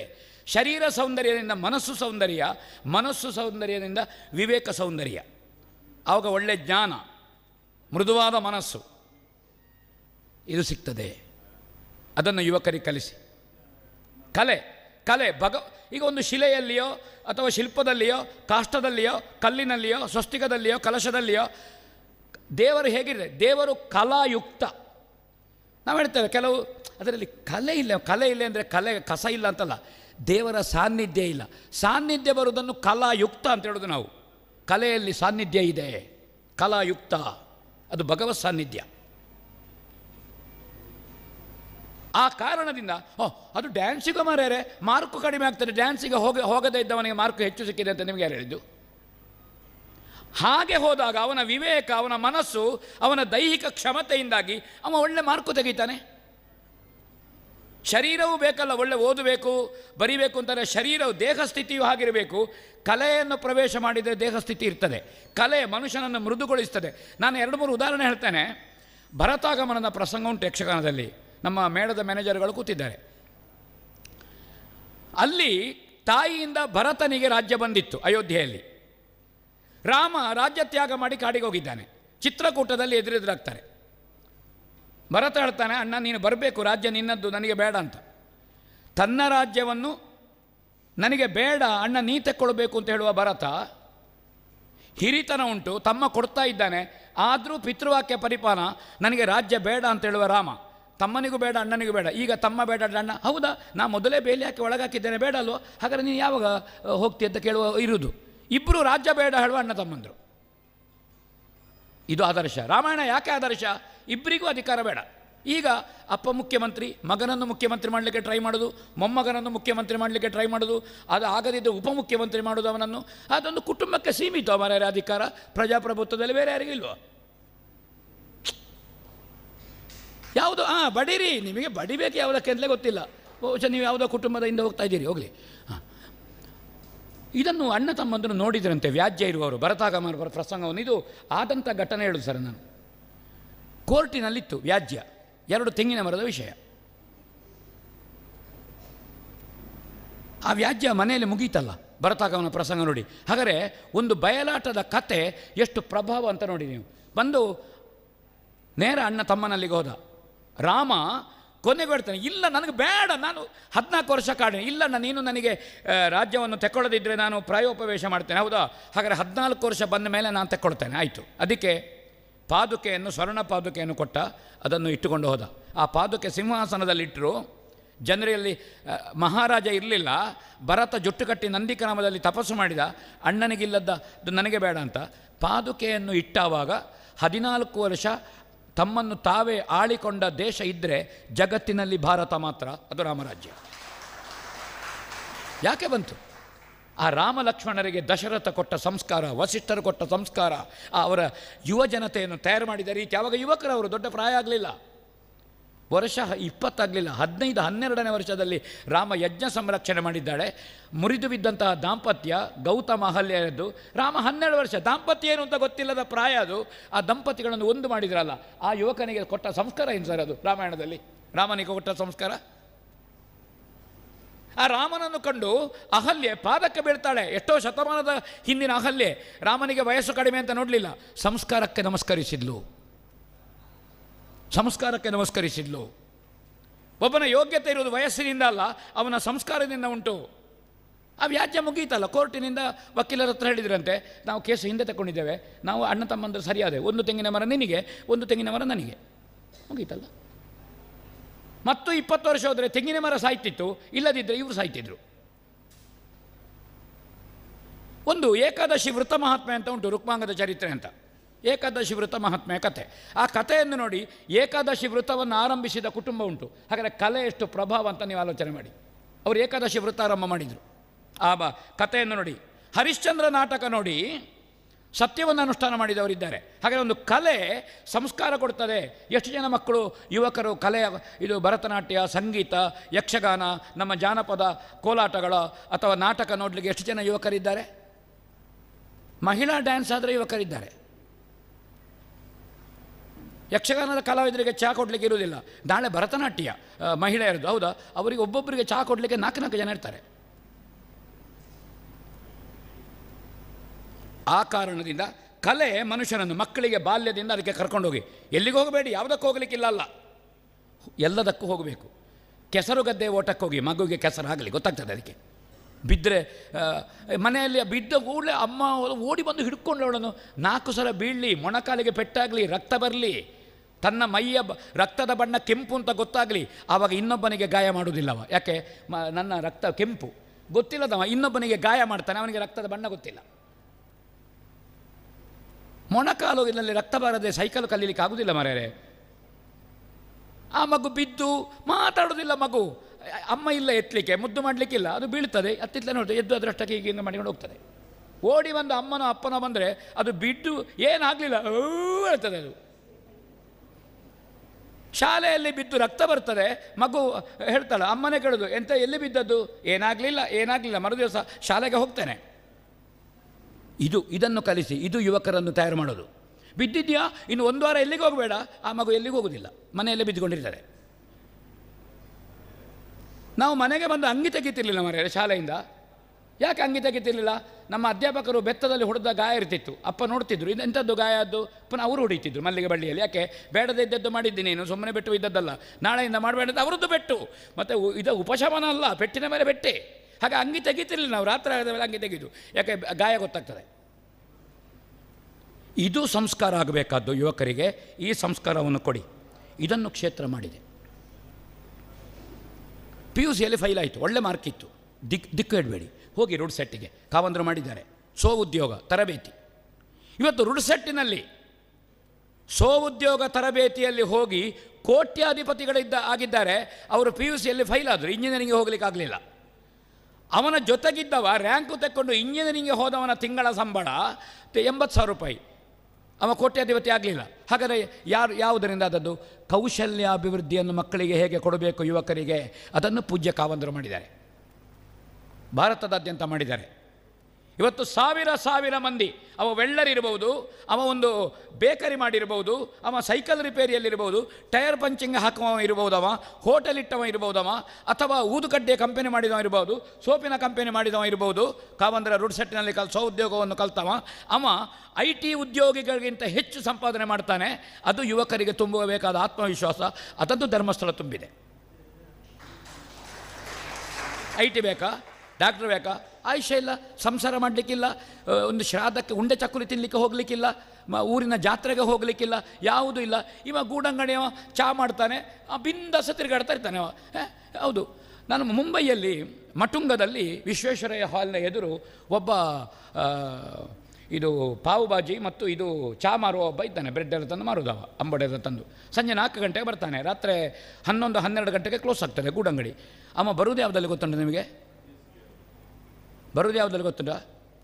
ಇನೋವಾ ಕಾರಿನಲ್ಲಿ ಬರ್ತಾನೆ, ದೂರ ನಿಲ್ಲಿಸ್ತಾನೆ, ಎಲ್ಲ ತಂದಿಟ್ಟ, ಅವನ ಬಿಡಿಚುವ ಇದೆಲ್ಲ ಇಟ್ಟ, ಮೇಜು ಕುರ್ಚಿ ಇಟ್ಟ, ಒಂದು ಸಣ್ಣ ಗ್ಯಾಸು ಚಹಾ ಮಾಡಲಿಕ್ಕೆ. ಅವನ ಸಂಪಾದನೆ ಎಷ್ಟು ಅಂತ ಗೊತ್ತಿರ್ಬೋದಾ? ED ರೈಡ್ ಆಗಬೇಕು. ಆಗಿದ? ಯಾವ IT ಅವನಲ್ಲ, ಈ IT ಕಲ್ತವನು ಅಲ್ಲಿ ನಿಂತುಕೊಂಡು ಅರ್ಧ ಚಹಾ ಕುಡಿದು ಹೋಗೋದು. ಅವ ಆಟಕ್ಕೂ ಬರ್ತಾನೆ, ಹಗಲು ಕುಟುಂಬದೊಟ್ಟಿಗೆ ಎಂಜಾಯ್ ಮಾಡ್ತಾನೆ. ಇದು IT ಕಂಪನಿಯಿಂದ ಜನ ಯಾವುದೂ ಇಲ್ಲ. ಬೆಳಗ್ಗೆ 8 ಗಂಟೆಗೆ ಆ 1 ಫೀಟ್ ಚಚ್ಚೌಕದಲ್ಲಿ ಕೂತ ಆ ಮೌಸ್ ಹಿಡ್ಕೊಂಡು ಕೂತ್ರೆ ಇಲ್ಲಿ ಹೆಂಡತಿ ಬಂದು ಚಹಾ ಇಟ್ಟರು ಗೊತ್ತಾಗೋದಿಲ್ಲ, ಅದು ಅದರಷ್ಟಕ್ಕೆ ತಟ್ಟಿ ಹೋಗೋದು. ಇತ್ತ ಮಗು ಅಪ್ಪ ಅಂತ ಹೇಳಿದ್ರೆ ಅವನಿಗೆ ಅವನ ಮಗು ಅಂತಲೂ ಗೊತ್ತಾಗೋದಿಲ್ಲ. ಅವ ಹೀಗೆ ಮಾಡೋದು. ಯಾವುದು ಸುಖ? ಯಾವುದು ಸುಖ ಹೇಳಿದ್ದೆ ನಾನು ITಗೆ ಹೋಗಬೇಡಿ ಅಂತ ಹೇಳೋದಲ್ಲ. ಜೀವನದಿಂದ ಸುಖ ಯಾವುದು? ಹಿತ ಸಂವೇದನೆಯ ಸುಖ, ಅಹಿತ ಸಂವೇದನೆಯ ದುಃಖ. ಕಾಲಿನಲ್ಲಿ ಮುಳ್ಳು ಚುಚ್ಚಿದವನನ್ನು ಹಾಸಿಗೆಯಲ್ಲಿ ಮಲಗಿಸಿ ಹೇಸಿಗೆ ಮಾಡ್ತಾನೆ. ಯಾರೋ ಒಬ್ಬ ಭಿಕ್ಷುಕ ಮರದ ಬೊಡ್ಡಕ್ಕೆ ತಲೆ ಇಟ್ಟು ಮಲಗ್ತಾನೆ, ಗೊರೆಕ್ಕೆ ಹೊಡಿತಾನೆ, ಅಂತ ಹೊಡಿತಾನೆ ಅವನು. ಯಾವ ಸುಖ ಯಾವುದು?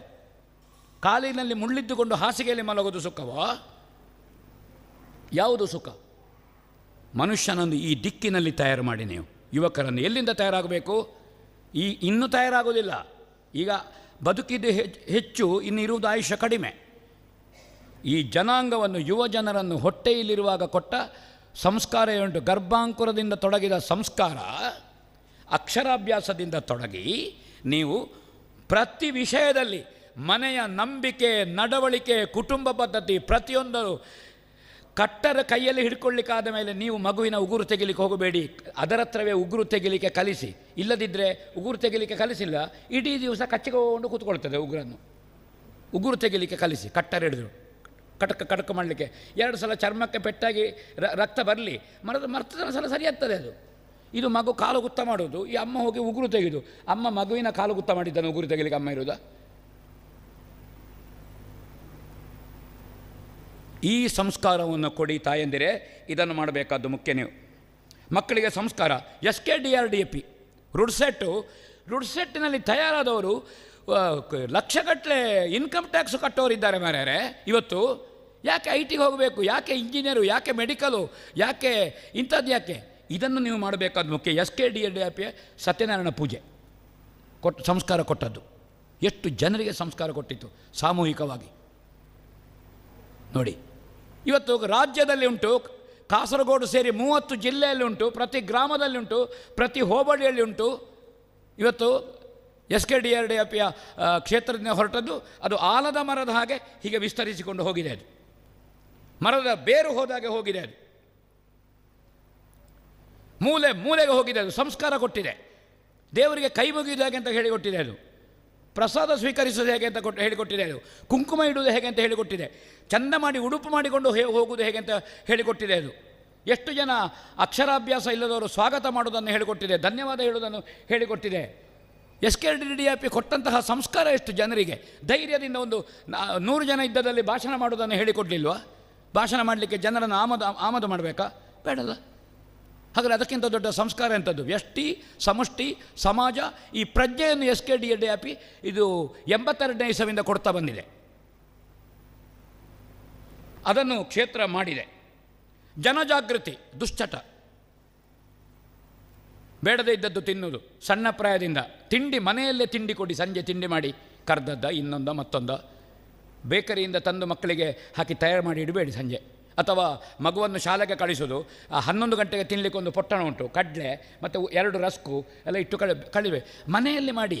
ಕಡಲೆಯನ್ನು ತನ್ನಿ, ಅದನ್ನು ನೀವು ಕಡಲೆ ಹಿಟ್ಟಿನಲ್ಲಿ ಹಾಕಿ ಹುರಿದು ಮನೆಯಲ್ಲಿ ಹುರಿದು ಕೊಡಿ. ಹಲಸಿನ ಸೊಳೆಯನ್ನು ಹುರಿದು ಅದನ್ನು ಹುರಿದು ಮನೆಯಲ್ಲಿ ಕೊಡಿ. ಮನೆಯ ತಿಂಡಿ ಕೊಡಿ ಮಗುವಿಗೆ. ಆಗ ತಾಯಿಯ ಕೈಯ ರುಚಿ ಉಂಟು, ಸಂಸ್ಕಾರ ಉಂಟು, ಅದು ಪ್ರೀತಿ ಉಂಟು, ಭಕ್ತಿ ಉಂಟು. ಎಲ್ಲಿಯೋ ಯಾರೋ ಮಾಡಿ ಅವನ ಬೆವರು, ಅವನ ಸಿಂಬಳ, ಅವನ ಕಿವಿಯ ಹಿಕ್ಕೆ ಎಲ್ಲ ಒಟ್ಟು ಮಾಡಿದ್ದನ್ನು ಕೊಡಬೇಡಿ. ನೀವು ಎಣ್ಣೆಗೆ ಹಾಕಿ ಕಾಯಿಸಿದ್ದನ್ನು ಕೊಡಬೇಡಿ. ಈ ಸಂಸ್ಕಾರ ಆವಾಗ ತಾಯಿಗೂ ಮಗುವನ್ನು ಹೊರಡಿಸುವ ಒಂದು ಲಕ್ಷ್ಯ ಇರ್ತದೆ, ಪ್ರೀತಿ ಇರ್ತದೆ ತನ್ನ ಮಗುವಿಗೆ. ಇಲ್ಲ ಬೇಕರಿ ಅಂತ ತಂದದ್ದುಂಟು, ಅವ ಬೇಕರಿ ಮಾಡುವಾಗಲೇ ಹೀಗೆ ಮಾಡಿ ಅದನ್ನು ಮಾಡಿದ್ದಾನೆ, ಮತ್ತು ಎಲ್ಲೆಲ್ಲ ಏನೆಲ್ಲ ಮಾಡಿದ್ದಾನೆ ಅಂತ ಗೊತ್ತಿಲ್ಲ. ಈಗ ಮೆಷಿನೆಲ್ಲ ಬಂದಿದೆ. ಆದರೆ ಇದನ್ನು ಮಕ್ಕಳಿಗೆ ತಾಯಿಯ ಕೈ ಫುಡ್ ಅದು ಮಗುವಿಗೆ ಹೋಗುವಂತಹದ್ದಾಗಲಿ ಅದನ್ನು ಕೊಡಿ. ಆಹಾರದಿಂದ, ಪಾನೀಯದಿಂದ, ಧರಿಸುವ ಬಟ್ಟೆಯಿಂದ ಸಂಸ್ಕಾರ ಇದೆ. ಮಕ್ಕಳಿಗೆ ಟೈಟ್ ಇರುವ ಬಟ್ಟೆ ಅಲ್ಲ, ಅವರ ಅಂಗಾಂಗ ಯಾವ ಗಾತ್ರದಲ್ಲುಂಟು ಅಂತ ಸಾರ್ವಜನಿಕರಿಗೆ ಯಾಕೆ ಅದು ಎಲ್ರಿಗೂ ಇರುವಾಗ ಇರೋದು ಅಂಗಾಂಗ, ಎಲ್ರಿಗೂ ಗೊತ್ತುಂಟದು. ಯಾಕೆ? ಯಾವ ಬಟ್ಟೆ, ಯಾವ ಬಣ್ಣ, ಸಾತ್ವಿಕ ಬಣ್ಣ, ಕ್ರೀಮ್ ಕಲರು, ಬಿಳಿ, ಇದು ಬಣ್ಣದ್ದು. ಅದರಲ್ಲಿ ಹುಲಿಯ ಚಿತ್ರ, ಆನೆಯ ಚಿತ್ರ, ಅದರಲ್ಲಿ ಅಯ್ಯೋ ಮತ್ತು ಇವ ಹುಲಿ ಆನೆ ಆಗುವುದು ಆ ಚಿತ್ರದಿಂದ. ಅದೆಲ್ಲ ಮಾಡಬೇಡಿ. ಯುವಕರಿಗೆ ಆ ಬಟ್ಟೆಗಳನ್ನು, ಆ ಬಟ್ಟೆ ಅವನ ತೊಟ್ಟುಕೊಂಡು ನೋಡುವಾಗ ಗೌರವ ಹುಟ್ಟಬೇಕು ನಮಗೆ. ಅವನ ಪಾನಕ ಯಾವುದು? ಸಾತ್ವಿಕ ಪಾನಕ, ತಾಮಸ ಪಾನಕ ಅಲ್ಲ. ನಾನು ಹೇಳುವುದಿಲ್ಲ. ಅಭಕ್ಷ ಭಕ್ಷಣ, ಅಭೋಜ್ಯ ಭೋಜನ, ಅಪೇಯ ಪಾನ, ಗೌರವದ ಶಬ್ದದಲ್ಲಿ ಹೇಳ್ತಾನೆ. ಅದಕ್ಕೆ ಜನಜಾಗೃತಿ ಇರೋದು. ಕ್ಷೇತ್ರದನ್ನು ಮಾಡ್ತಾ ಬಂದಿದೆ. ಸಾರ್ವಜನಿಕರ ದುರ್ಬುದ್ಧಿಯನ್ನು ಬಿಡಿಸಿದರೆ ಹೆಗಡೆಯವರು ಹೀಗೆ ಅಂತಃಪುರ ಕಟ್ಟಲಿಕ್ಕಿಲ್ಲ, ಅರಮನೆ ಕಟ್ಟಲಿಕ್ಕಿಲ್ಲ. ಇದು ಸಮಾಜದ ಪರಿವರ್ತನೆಯ ಕಲ್ಪನೆ ಅಲ್ಲಿ ಕೂತುಕೊಂಡು ಆ ಪುಣ್ಯಾತ್ಮನಿಗೆ ಕಂಡಿದೆ ಅಲ್ವೋ. ನಿಮ್ಮ ಮನೆಯ ಎಲ್ಲರ ಮನೆಯ ದೋಸೆ ತೂತು, ನಮ್ಮ ಮನೆಯ ಕಾವಲಿತು, ನಿಮ್ಮ ಮನೆಯ ಕಾವಲು ತೂತು ಆದರೆ ಹೆಗಡೆಯವರಿಗೆ ದೋಸೆ ಹಾಕಲಿಕ್ಕೆ ಆಗ್ತದೆ. ಯಾಕೆ? ಇದು ಸಮಾಜವನ್ನು ಸಶಕ್ತಗೊಳಿಸುವುದು, ಸಂಸ್ಕಾರಯುತವನ್ನಾಗಿಸುವ ಕಲ್ಪನೆ ಬಂದಿದೆಲ್ಲ ಮರೆಯರೆ. 57 ವರ್ಷದಿಂದ ತಪಸ್ಸಿನಾಗೆ ಮಾಡುವುದಿಲ್ಲ ಕೂತ್ಕೊಂಡು. ಈಗಲೂ ಇದನ್ನು ಮಾಡ್ತಾ ಇದ್ದಾರೆ. 27ನೇ ವರ್ಷದ ಭಜನಾ ಕಮ್ಮಟ ಅಂತ ಕಾಣ್ತದೆ ಯಾಕೊಳ್ಳಿ.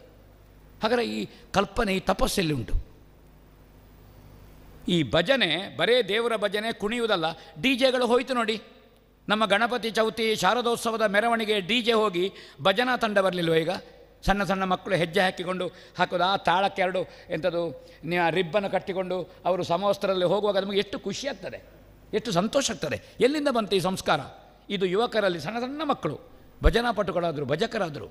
ಆದರೆ ಧ್ರುವನನ್ನು ಅಥವಾ ನೀವು ಶಾರದಾದೇವಿಯನ್ನು ಅಥವಾ ಮೈತ್ರೇಯಿಯನ್ನು ಅಥವಾ ಯಾರನ್ನು ಕಾಣಬಹುದಾ ಮಕ್ಕಳಲ್ಲಿ? ಹೆಣ್ಣು ಮಗುವಿನಲ್ಲಿ ಆ ಗಂಡು ಒಬ್ಬ ಧ್ರುವನನ್ನು ಕಾಣಬಹುದು, ಒಂದು ಪ್ರಹ್ಲಾದನನ್ನು ಕಾಣಬಹುದು. ಈ ಭಾಗವತ ಪರಂಪರೆಯನ್ನು ಕಾಣಬಹುದಲ್ಲ ಭಜನೆಯಲ್ಲಿ? ಇದನ್ನು ಕ್ಷೇತ್ರ ಮಾಡಲಿಲ್ವ? ಅದನ್ನು ಮಾಡಿದ್ದಾರೆ. ಸತ್ಯನಾರಾಯಣ ಪೂಜೆ, ಭಜನೆ, ಈ ಆತ್ಮವಿಶ್ವಾಸವನ್ನು ಜಾಗೃತ ಮಾಡುವ ದುಶ್ಚಟಗಳನ್ನು, ಗಾಂಜಾ ನೋಡಿ, ಮೊನ್ನೆ ವರದಿ ಬಂತು ಗಾಂಜಾ ಎಷ್ಟು KG ದಕ್ಷಿಣ ಕನ್ನಡದಲ್ಲಿ ಓಡಾಗ್ತದೆ ಅಂತ. ಅಪ್ರಾಪ್ತರು ಎಷ್ಟು ಮಂದಿ ಗರ್ಭಿಣಿಯರಾಗಿದ್ದಾರೆ ಅಂತ ಬಂದು ನೋಡಿ. ಯಾಕಾಯಿತು? ಆ ಮಕ್ಕಳಿಗೆ ಏನು ಸಂಸ್ಕಾರ ಕೊಟ್ಟಿರಮ್ಮ? ಮಗು ಹೆಣ್ಣಾಗುವುದು ಅಂತ ಉಂಟು. ದೇವರು ಸೆರಗು ಕೊಟ್ಟಿದ್ದಾನೆ. ಸೆರಗು ಯಾಕೆ ಕೊಟ್ಟಿದ್ದಾನೆ? ಒಂದು ಇಲ್ಲಿ ಎತ್ತಲಾಗೆ ಹೆಗಲಿನಲ್ಲಿ ಅಂತಲ್ಲ, ಅಲ್ಲ. ಮಗು ವಯಸ್ಸಿಗೆ ಬರ್ತದೆ, ಅದು ತಂದೆ ಹತ್ರ ಹೇಳೋದಿಲ್ಲ, ತಾಯಿ ಹತ್ರ ಹೇಳ್ತದೆ. ಅಮ್ಮ ಎಂಥದ್ದು ಅಂತ ಗೊತ್ತಾಗಲಿಲ್ಲ, ನಾ ಕೇಳ್ದೆ ಅದು ಗೊತ್ತಾಯ್ತಮ್ಮ ನನಗೆ ಅಂತ. ಮರು ದಿವಸ ಮಗುವಿಗೆ ಎದೆಗೊಂದು ಬಟ್ಟೆಯನ್ನು ಹಾಕ್ತಾಳೆ ಆ ತಾಯಿ. ಯಾಕೆ ಹಾಕ್ತಾಳೆ? ಹುಟ್ಟುವಾಗ ಇರುವುದಿಲ್ಲ, ಅವಳು ಹೆಣ್ಣಾಗ್ತಾಳೆ, ತಾಯಿಯಾಗುವ ಲಕ್ಷಣ ಆಗುವಾಗ ಇಲ್ಲದೇ ಇದ್ದ ಎದೆ ಉಬ್ಬಿಕೊಡುತ್ತದೆ. ಅದು ಯಾಕೆ? ಅದು ಮುಂದಿನ ನಮ್ಮ ಕುಟುಂಬದ ಪರಂಪರೆಗಿರುವಂತಹದ್ದು. ಅದರಲ್ಲಿ ದೇವರು ಅಮೃತ ಇಟ್ಟಿದ್ದಾನೆ. ಆ ಅಮೃತ ಇಟ್ಟದ್ದು ಅದು ಸಾರ್ವಜನಿಕವಾಗಿರ್ಲಿಕ್ಕಲ್ಲ, ಅದು ಮರ್ಯಾದೆ, ಅದು ಮಾನ. ಅದನ್ನು ಮುಚ್ಚಿಕೋ. ಅದು ಯಾರಿಗಿರುವುದು? ನಿನ್ನ ಸತ್ಸಂತಾನಕ್ಕಿರುವುದು, ಸಾರ್ವಜನಿಕರಿಗೆ ನೋಡಲಿಕ್ಕಿರುವುದಲ್ಲ ಅದು. ಅದಕ್ಕೆ ಸೆರಗಿ ಕೊಟ್ಟಿದ್ದಾನೆ ಭಗವಂತ. ಇದು ಮರ್ಯಾದೆ, ಇದು ಹೆಣ್ತನಕ್ಕೆ ಮಾನ. ಇದನ್ನು ಯುವತಿಯರಲ್ಲಿ ಕಲಿಸಿ. ನನ್ನ ಅತ್ಯಂತ ಕಳಕಳೆಯಿಂದ ಪ್ರಾರ್ಥಿಸ್ತೇನೆ. ಸೆರಗಿರುವುದು ಮಾನವನ್ನು ಮುಚ್ಚಿಕೊಳ್ಳುವುದಕ್ಕೆ ಅಥವಾ ಮಾನದ ವ್ಯಾಪ್ತಿಯಲ್ಲಿಂತ ತೋರಿಸುವುದಕ್ಕೆ. ಅಡಗಿಸಬೇಕಾದ್ದನ್ನು ಅಡಗಿಸಿ, ತೊಡಗಿಸಬೇಕಾದ್ದನ್ನು ತೊಡಗಿಸಿ. ಇದು ಸಂಸ್ಕಾರ. ಇದನ್ನು ನೀವು ಕಲಿಸಬೇಕಾದ್ದು ಮುಖ್ಯ. ಆ ಆತ್ಮವಿಶ್ವಾಸ ಯುವಕರಲ್ಲಿ ಜಾಗೃತ ಆಗಬೇಕಾದ್ದು. ಯಾರು ಬಲಹೀನರಲ್ಲ, ಒಬ್ಬೊಬ್ಬನ ಪ್ರತಿಭೆ ಒಂದೊಂದರಲ್ಲಿದೆ. ಆ ಪ್ರತಿಭೆ ಯಾವುದರಲ್ಲಿದೆ ಅಂತ ನೋಡಿಕೊಂಡು ಅವರನ್ನು ತೊಡಗಿಸಬೇಕಾದ ಕೆಲಸ ಯುವ ಜನಾಂಗವನ್ನು ನಮ್ಮ ಹಿರಿಯರಿಗಿದೆ. ಅದಕ್ಕೆ ಬೇಕಾಗಿ ಸಮಯ ಆಯಿತು, ಬಹಳ ದೀರ್ಘ ಇನ್ನು ಮಾತಾಡಲಿಕ್ಕೆ ನಾನು ಮುಂದೆ ಹೋಗುವುದಿಲ್ಲ. ಆ ಕಾರಣದಿಂದ ಒಂದು ವಿಷಯ, ತಂತ್ರಜ್ಞಾನವನ್ನು ಹೇಳ್ತೇವೆ ನಾನು. ತಂತ್ರಜ್ಞಾನವನ್ನು ತಂತ್ರಜ್ಞಾನ ಬೇಕು, ನಾನು ಅದರ ವಿರೋಧಿ ಅಲ್ಲ. ಹಾಗೆ ಅಂತ ತಂತ್ರಜ್ಞಾನದ ಒಡೆತನ ಮಾಲೀಕ ಮನುಷ್ಯನಾಗಬೇಕಷ್ಟೇ ಹೊರತು ಮನುಷ್ಯನ ನಿಯಂತ್ರಣ, ಮಾಲೀಕತನ ತಂತ್ರಜ್ಞಾನದಾಗಬಾರ್ದು. ಅದನ್ನು ನಿಯಂತ್ರಿಸುವುದು ನಾವಾಗಿರಬೇಕು. ನಮ್ಮನ್ನದು ನಾವು ಕಂಪ್ಯೂಟರಿನ ಒಳಗೆ ಹೋಗಬಾರ್ದು. ಕಂಪ್ಯೂಟರು ಪ್ರಜ್ಞೆ ನಮ್ಮ ವಿವೇಕದ ಒಳಗಿರಬೇಕು. ನಮ್ಮನ್ನು ನಾವು ಅದರೊಳಗೆ ಹೋದರೆ ಅಲ್ಲಿಗೆ ನಮ್ಮತನ ಹೋಯ್ತಲ್ಲ. ತಂತ್ರಜ್ಞಾನವನ್ನು ನಾಯಿ ಬಾಲವನ್ನು ಅಲ್ಲಾಡಿಸಬೇಕು, ಸುಲಭದಲ್ಲಿ ಹೇಳ್ತೇನೆ. ಬಾಲ ನಾಯಿಯನ್ನು ಅಲ್ಲಾಡಿಸಿದರೆ ಹೀನೋಪಮೆ ಅಂತ ಗ್ರಹಿಸಬೇಡಿ ನೀವು. ನಾನು ಈ ತಂತ್ರಜ್ಞಾನವನ್ನು ಬಳಸುವುದು ಹೇಗೆ ಅಂತ ಹೇಳೋದರ ಬಗ್ಗೆ ನಾನು ಉದಾಹರಣೆ ನೀಡಿದ್ದು. ಪೊಲೀಸರು ಲಾಠಿ ಬೀಸಬೇಕು, ಲಾಠಿಯೇ ಪೊಲೀಸರನ್ನು ಬೀಸಿದರೆ ಏನಾಗ್ತದೆ? ಆಡಳಿತ ವ್ಯವಸ್ಥೆ ಕೆಟ್ಟು ಹೋಗೋದಿಲ್ವ? ಆ ಕಾರಣದಿಂದ ಅದನ್ನು ನಾವು ಮಾಡಬೇಕಾದ್ದು ಬಹಳ ಮುಖ್ಯ. 2 ವಿಷಯ ಬಂದಿದೆ ದೇಶದಲ್ಲಿ, ಅದು ಹೇಳಿ ನನ್ನ ಮಾತು ಮುಗಿಸ್ತೇನೆ. ಒಂದು ಭಾರತೀಯ ಜ್ಞಾನ ಪರಂಪರೆ, ಅದನ್ನು IKS ಅಂತ ಕರೆಯುವೆ, ಇಂಡಿಯನ್ ನಾಲೆಜ್ ಸಿಸ್ಟಮ್. ಇದು ದೇಶದ ಪ್ರಧಾನಿಗಳಾಗಿ 3ನೇ ಅವಧಿಯಲ್ಲಿರುವ ಜಗತ್ತು ಮೆಚ್ಚಿದ ಸರ್ವೋಚ್ಚ ನಾಯಕ ಮಾಡಿದರು. ಭಾರತೀಯ ಜ್ಞಾನ ಪರಂಪರೆ, ಅದಕ್ಕೊಂದು ವಿಭಾಗ ಮಾಡಿದ್ದಾರೆ, ಅದನ್ನು ಅಧ್ಯಯನ ಮಾಡ್ತಾ ಇದ್ದಾರೆ, ಅದರ ದಾಖಲೀಕರಣ ಮಾಡ್ತಾ ಇದ್ದಾರೆ. ಭಾರತೀಯ ಜ್ಞಾನ ಪರಂಪರೆ, ಆತ್ಮನಿರ್ಭರ, ಸ್ವದೇಶಿ ಪ್ರಜ್ಞೆ, ಇದನ್ನು ಮಾಡಿದರು. ಆದರೆ ಪರಮಪೂಜ್ಯ ಕಾವಂದರು ಆತ್ಮನಿರ್ಭರವನ್ನು 50 ವರ್ಷದ ಹಿಂದೆ ಮಾಡಿದ್ದಾರೆ. ಯಾಕೆ ಮಾಡಿದರು? ಯುವಕರು ದಾರಿ ತಪ್ಪುವತ್ತ ಇದ್ದಾರೆ, ವಿಚಲನೆಯಲ್ಲಿದ್ದಾರೆ ಯುವಕರು ಯುವತಿಯರು. ಈ ವಿಚಲನೆಯನ್ನು ಕಂಡ ಪೂಜ್ಯ ಕಾವಂದರು 50 ವರ್ಷದ ಹಿಂದೆ ಈ ಗ್ರಾಮಾಭಿವೃದ್ಧಿ ಇರ್ಬೋದು, ಇದು ಯಾಕೆ ಬಂತು? ಆತ್ಮನಿರ್ಭರ ಸ್ವದೇಶಿ ಪ್ರಜ್ಞೆ. ಇವತ್ತು ಸಿರಿ ಹೋಮ್ ಇಂಡಸ್ಟ್ರಿಯಲ್ಲಿ ಆಗದೇ ಇದ್ದದ್ದು ಎಂಥದ್ದಲ್ಲಿ ಎಂಥದ್ದು ಆಗ್ತಾ ಇಲ್ಲ, ಆಗೋದಿಲ್ಲ ಹೇಳಿ. ಅವ್ರ ಹತ್ರ ಹೆಣ್ಮಕ್ಕಳಲ್ಲಿ ಆತ್ಮವಿಶ್ವಾಸವನ್ನು ತುಂಬಿಸಿದರು, ಇದನ್ನು ತುಂಬಿಸಿದ್ದಾರೆ. ಸ್ವಚ್ಛತೆಯನ್ನು ಧರ್ಮಸ್ಥಳ ನಾನು 45 ವರ್ಷದಿಂದ ನೋಡ್ತೇನೆ. ಅನೇಕ ಪುಣ್ಯಕ್ಷೇತ್ರಗಳು ದೇವಸ್ಥಾನದ ಸ್ವಚ್ಛತಾ ಕಾರ್ಯಕ್ರಮವನ್ನೇ SKDRP ಮಾಡ್ತಾ ಉಂಟು. ಮೈಯಿಂದ ತೊಡಗಿ ದೇವಸ್ಥಾನದ ಈ ಕ್ಷೇತ್ರ ಅಂದರೆ ಒಂದು, ಇದು ಮತ್ತೊಂದು ದೇವಸ್ಥಾನ ಕ್ಷೇತ್ರ. ಇದರ ಸ್ವಚ್ಛತಾ ಕಾರ್ಯಕ್ರಮವನ್ನು ಕೈಗೊಂಡರು. ಸ್ವಚ್ಛತಾ ಆಂದೋಲನವನ್ನು ಕಳೆದ ಅವಧಿಯಲ್ಲಿ ಪ್ರಧಾನಿಗಳು ಮಾಡಿದರು. ಸ್ವಚ್ಛತಾ ಆಂದೋಲನ ಕಾವಂದರು 57 ವರ್ಷದಿಂದ ಅನುಷ್ಠಾನ ಮಾಡ್ತಾ ಇದ್ದಾರೆ. ಹಾಗಾದರೆ ಆಧ್ಯಾತ್ಮ ಲೋಕಕ್ಕೆ ಪ್ರಧಾನಿಗಳು ಯಾರು? ಕಾವಂದರು ಆಧ್ಯಾತ್ಮ ಲೋಕದ ಪ್ರಧಾನಿಗಳು. ನಾನು ವಾಸ್ತವ ಹೇಳ್ತೇನೆ ಸ್ವಾಮೀಜಿ, ಹೊಗಳುವುದಲ್ಲ, ಹೊಗಳಲಿಕ್ಕೆ ನಾನು ಬಂದದ್ದು ಅಲ್ಲ. ಆತ್ಮನಿರ್ಭರವನ್ನು ಯಾರು ಅನುಷ್ಠಾನ ಮಾಡಿದವರು, ಪ್ರೇರಣೆ ಕೊಟ್ಟವರು? ಪರಮಪೂಜ್ಯ ಕಾವಂದರು ಆತ್ಮನಿರ್ಭರವನ್ನು, ಸ್ವದೇಶಿ ಪ್ರಜ್ಞೆಯನ್ನು ಕೊಟ್ಟರು. ನೋಡಿ, ನಾವು ಈಗ ಬುಕ್ಕೆಯನ್ನು ಕೊಡ್ತೇವೆ. ನೀವು SKDRP ಕಾರ್ಯಕ್ರಮಕ್ಕೆ ಹೋಗ್ತೀರಿ, ತಾಯಂದಿರು ತಂದು ಕೊಟ್ಟ ಸಣ್ಣ ಸಣ್ಣ ಬುಕ್ಕೆಗಳಿರ್ತದೆ, ಅದನ್ನು ಕೊಡ್ತಾರೆ. ಇದು ಸ್ವದೇಶಿ ಪ್ರಜ್ಞೆ ಅಲ್ವಾ? ಅಂಗಡಿಯಲ್ಲಿ ನೇತಾಕಿದ್ದಾನೆ ಮಾಲೆ, 1 ವರ್ಷ ಆಯಿತು, ಅದಕ್ಕೆ ಗಂಧದ ಸೆಂಟು ಸಮೇತ ಇಲ್ಲ. ಸರಳಿ ಗಿಡದ ಗೀಸುಳಿ ಹಾಕಿದ ಹುಡಿಯನ್ನು ಕಟ್ಟಿ ತರುವುದು ಗಂಧದ ಮಾಲೆ ಕೊನೆಗೆ ಅಂತಿಮ ಯಾತ್ರೆಗೆ. ಇದನ್ನು ಗ್ರಾಮಾಭಿವೃದ್ಧಿ ಯೋಜನೆ ಇದನ್ನು ತಂದಿದೆ. ರಾಷ್ಟ್ರೀಯ ಶಿಕ್ಷಣ ನೀತಿ, ನಮ್ಮ ಶಿಕ್ಷಣ ಮೆಕಾಲ ಪದ್ಧತಿ ಇತ್ತು, ಅದು ಬೇಕು. ಆಳುವವರಿಗೆ ಓಟು ಸಿಕ್ಕಬೇಕಿರೋದು ಬೇಕು. ಆದರೆ ಈಗ ನಮ್ಮನ್ನು ದೇಶದಲ್ಲಿ ವಿರೋಧ ಉಂಟು ರಾಜ್ಯಗಳಲ್ಲಿ. ಭಾರತೀಯ ರಾಷ್ಟ್ರೀಯ ಶಿಕ್ಷಣ ನೀತಿಯನ್ನು ತರ್ತಾ ಇದೆ. ಇದು ಈ ಕಾಲಕ್ಕೆ ಶಿಕ್ಷಣ ಹೇಗಿರಬೇಕು, ಮನುಷ್ಯನಲ್ಲಿ, ಯುವಕರಲ್ಲಿ ಆತ್ಮವಿಶ್ವಾಸ, ಯುವಕರಲ್ಲಿ ಕೌಟುಂಬಿಕ ಪ್ರಜ್ಞೆ, ವಸುದೈವ ಕುಟುಂಬಿಕ ಪ್ರಜ್ಞೆ, ಯುವಕರಲ್ಲಿ ಬರುವಂಥ ಶಿಕ್ಷಣಕ್ಕೆ ಒಂದು ಮುನ್ನುಡಿಯ ಭಾಷ್ಯವನ್ನು ನಮ್ಮ ದೇಶದ ನಾಯಕ ಬರೆದಿದ್ದಾರೆ. ನಾನು ಪಕ್ಷದ ವಕ್ತಾರ ಅಲ್ಲ. ಇದನ್ನು SDM ಶಿಕ್ಷಣ ಸಂಸ್ಥೆಗಳು, ಅದರ ಬ್ರ್ಯಾಂಡ್ ಬೇರೆ. ನೀವು ಎಲ್ಲಿಗೆ ಹೋಗಿ, ಯುವಕರು PUC ಕಳೆದು ಹೋಗಿ, ನೀವು BMS ಕಾಲೇಜಿಗೆ ಹೋಗಿ, ರಾಮಯ್ಯ ಕಾಲೇಜಿಗೆ ಹೋಗಿ, ದಯಾನಂದ ಸಾಗರಿಗೆ ಪರಿಚಯ ಮಾಡಲಿಕ್ಕೆ ಉಂಟು. ಎಲ್ಲಿಂದು? STM very good Shriram. ಎಲ್ಲಿಂದ ಬಂದಿದ್ದೀರಿ?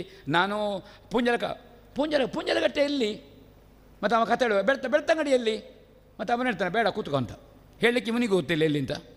ಇವ ಮೊಬೈಲ್ನಲ್ಲಿ ಹೀಗೆ ನೋಡಿಕೊಂಡು ಹೋದ್ದು ನೋಡಿ, ಬೆಳ್ತಂಗಡಿ ಗೊತ್ತಿಲ್ಲ. STM ಬ್ರ್ಯಾಂಡ್ ಇವತ್ತು ಜಗದ್ವ್ಯಾಪಿ. ಆ ಶಿಕ್ಷಣ ಸಂಸ್ಥೆ ಕೊಡುವ ಸಂಸ್ಕಾರ, ಆ ಶಿಕ್ಷಣ ಕೊಡುವ ಆಹಾರ ಪದ್ಧತಿ, ಹಾಸ್ಟೆಲ್ನಲ್ಲಿರುವಂಥದ್ದು, ಅಲ್ಲಿರುವ ವಸ್ತ್ರ ಸಂಹಿತೆ, ಇದು ಸಂಸ್ಕಾರವನ್ನು ಕೊಟ್ಟಿದೆ ಯುವಕ ಯುವತಿಯರಲ್ಲಿ. ಹಾಗಾದರೆ ಸಂಸ್ಕಾರ ಪ್ರಬಲವಾಗಿ ಕೊಡುವಂತಹ ಒಂದು ವಿದ್ಯಾ ಕೇಂದ್ರಗಳು, ಮೊದಲು ಮನೆ, ಆಮೇಲೆ ಶಾಲೆ, ಆಮೇಲೆ ಇಂತಹ ಸಾಮೂಹಿಕ ಏನು ಪ್ರಕ್ರಿಯೆಗಳುಂಟು, ಸಾಮೂಹಿಕ ಸತ್ಯನಾರಾಯಣ ಪೂಜೆಯೋ ಭಜನೆಯೋ, ಇದು ಸಂಸ್ಕಾರ ಕೊಡುವಲ್ಲಿ ಹೋಗಬೇಕು.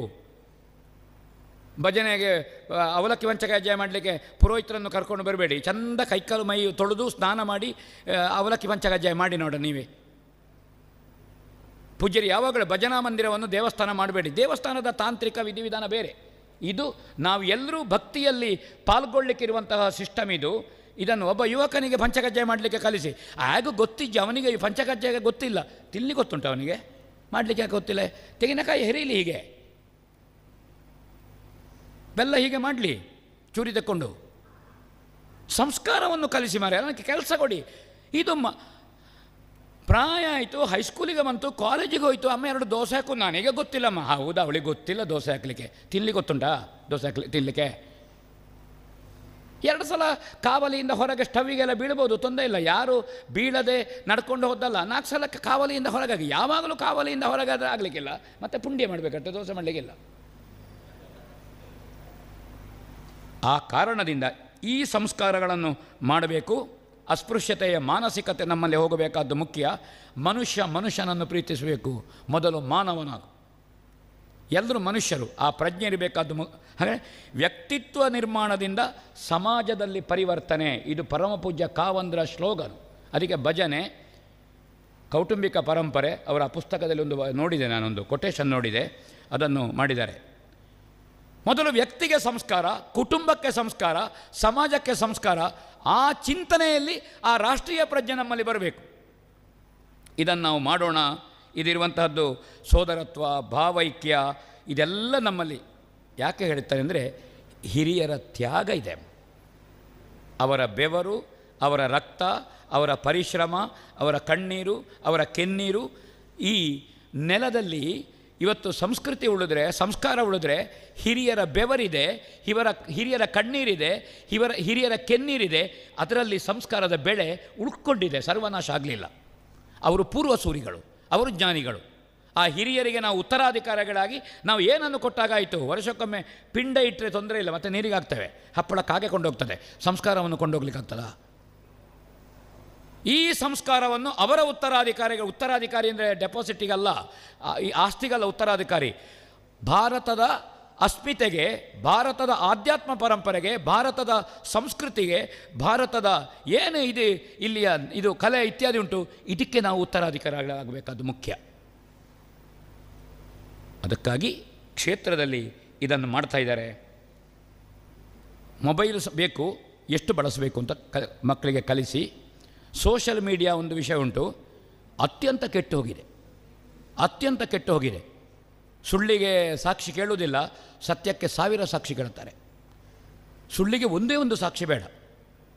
ನಮ್ಮ ಹೋರಾಟ ಸತ್ಯಾಗ್ರಹ ಅಂದರೆ ಸತ್ಯಕ್ಕಾಗಿ ಹೋರಾಟ. ಸತ್ಯಾಗ್ರಹ ಅಂದರೆ ಮಾರ್ಗದವಾದಿಯಲ್ಲಿ ಕೂತ್ಕೊಳ್ಳೋದಲ್ಲ, ದೊಂದಿ ಮೆರವಣಿಗೆ ಮಾಡೋದಲ್ಲ. ಆ ಹೋರಾಟ ಆಗದೇ ಇರಲಿಕ್ಕೆ ಎಲ್ಲ ಯುವಕರು ಸತ್ಯವನ್ನು ಅನುಷ್ಠಾನ ಮಾಡಿ, ಸಂಸ್ಕಾರ ಅನುಷ್ಠಾನ ಮಾಡಿ, ಭಕ್ತಿ ಅನುಷ್ಠಾನ ಮಾಡಿ, ದೇವರ ಅನುಷ್ಠಾನ ಮಾಡಿ. ಹಾಗಾದರೆ ಗೊಂದಲ ಉಂಟಾ? ಅವರಿಗೆ ಸಂಸ್ಕಾರವನ್ನು ಕೊಡದೆ ಅವ ಮದ್ಯದಂಗಡಿಯಲ್ಲಿದ್ದರೆ ಆವಾಗ ನಾವು ಮಧ್ಯ ವಯಸ್ಸಿನಲ್ಲಿ ತಲೆಬಿಸಿ ಮಾಡಿಯೋ ಪ್ರಯೋಜನ ಇಲ್ಲ. ಅವನನ್ನು ಮದ್ಯದಂಗಡಿಗೆ ಹೋಗದಾಗೆ ಮಾಡಿ, ಮನೆಯಲ್ಲಿ ಸಂಜೆ ಊಟ ಬೇಡ ಅಂತ ಹೇಳಿದರೆ ಯಾಕೆ ಅಂತ ಕೇಳಿ, ಯಾಕೆ ಊಟ ಬೇಡ, ಏನು ತಿಂದು ಬಂದಿದ್ದೇಳಿ, ಸ್ವಲ್ಪ ಹತ್ರ ಹೋಗಿ, ಆವಾಗ ಬಾಯಿಯ ಪರಿಮಳ ಗೊತ್ತಾಗ್ತದೆ, ಅಥವಾ ದುರ್ನಾತ ಗೊತ್ತಾಗ್ತದೆ.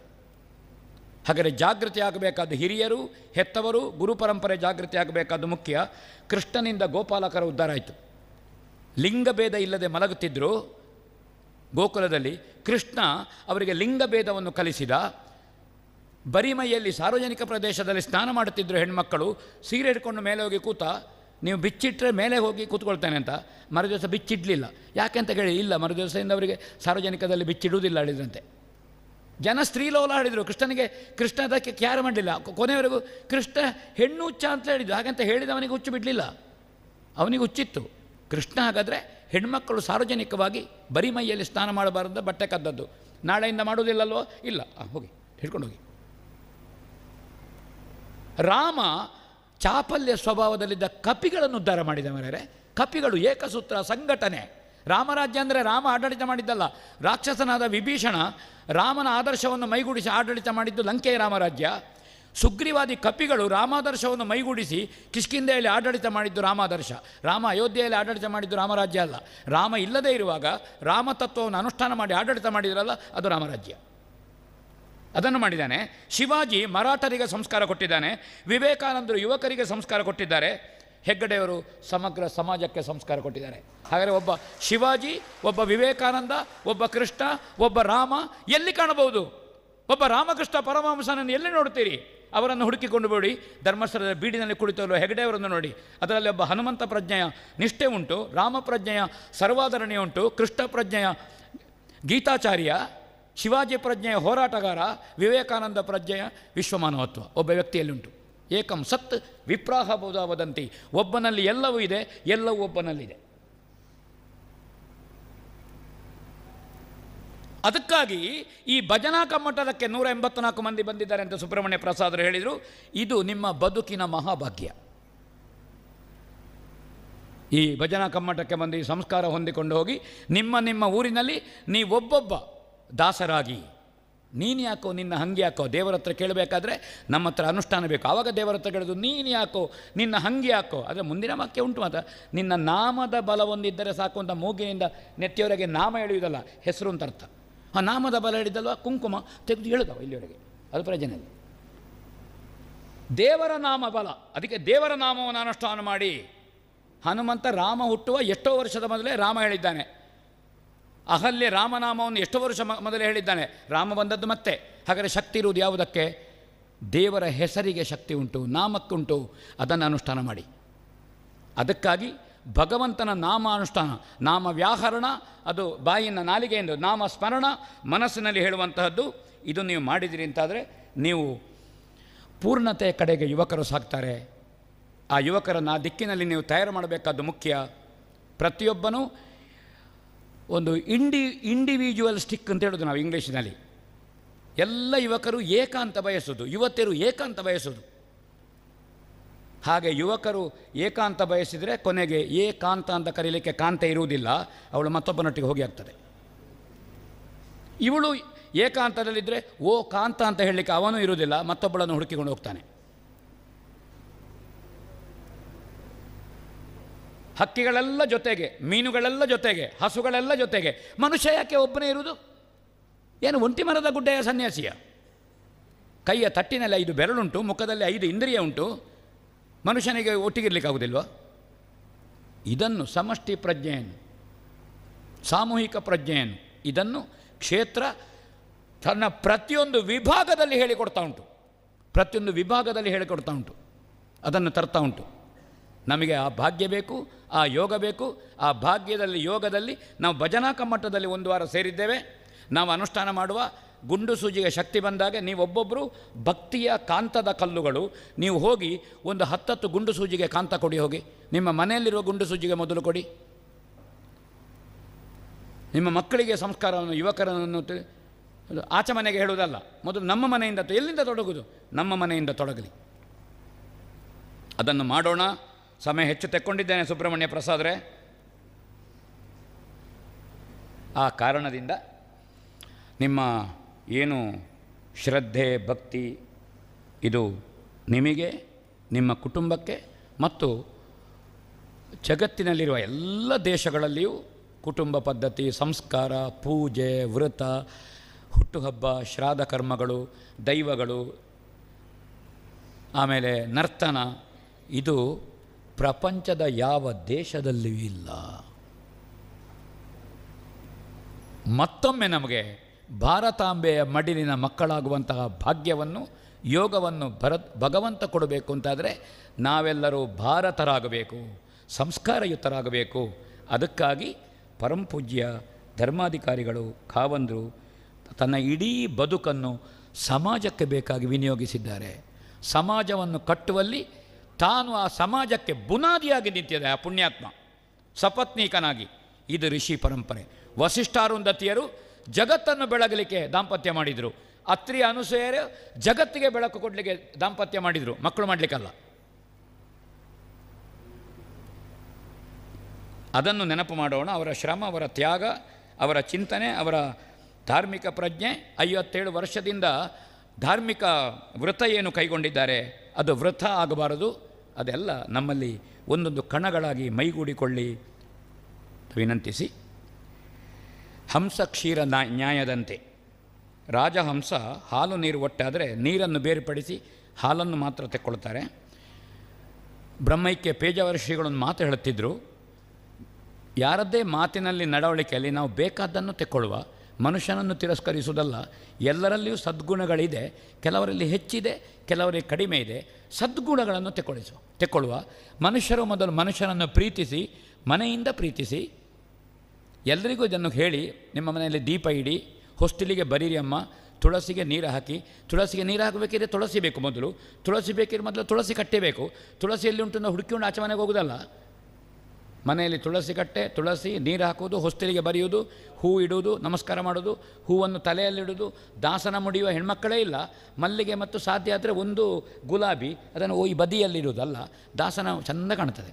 ದಾಸನ ಇಟ್ಟರೆ ಇಡಿ, ಹೌದೌದು, ದಾಸವಾಳ ಅದನ್ನು ಇಡಿ, ಹೂ ಇಡಿ. ಹೂ ಮುಡಿಲಿಕ್ಕೆ ಮನಸ್ಸಿಲ್ಲ, ಹೌದು. ನಾವು ಮತ್ತೆ ರಥಕ್ಕೆ, ಕುದುರೆಗೆ, ಕೋಣನಿಗೆ, ಹಸುವಿಗೆ ಎಲ್ಲ ಮಲ್ಲಿಗೆ ಎಷ್ಟು ಹಾಕ್ತೇವೆ.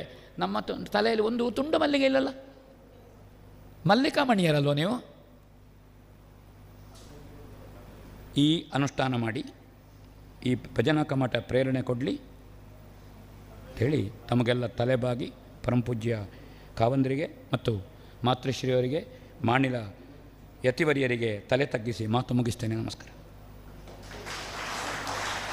ಸದಭಿರುಚಿಯ ಕಾರ್ಯಕ್ರಮ ನೀವು ನೋಡ್ತಾ ಇದ್ದೀರಾ ಕಹಳೆ ನ್ಯೂಸ್. ಸಮಾಜದ ಜಾಗೃತಿಗಾಗಿ ವಸ್ತುನಿಷ್ಠ ವರದಿ.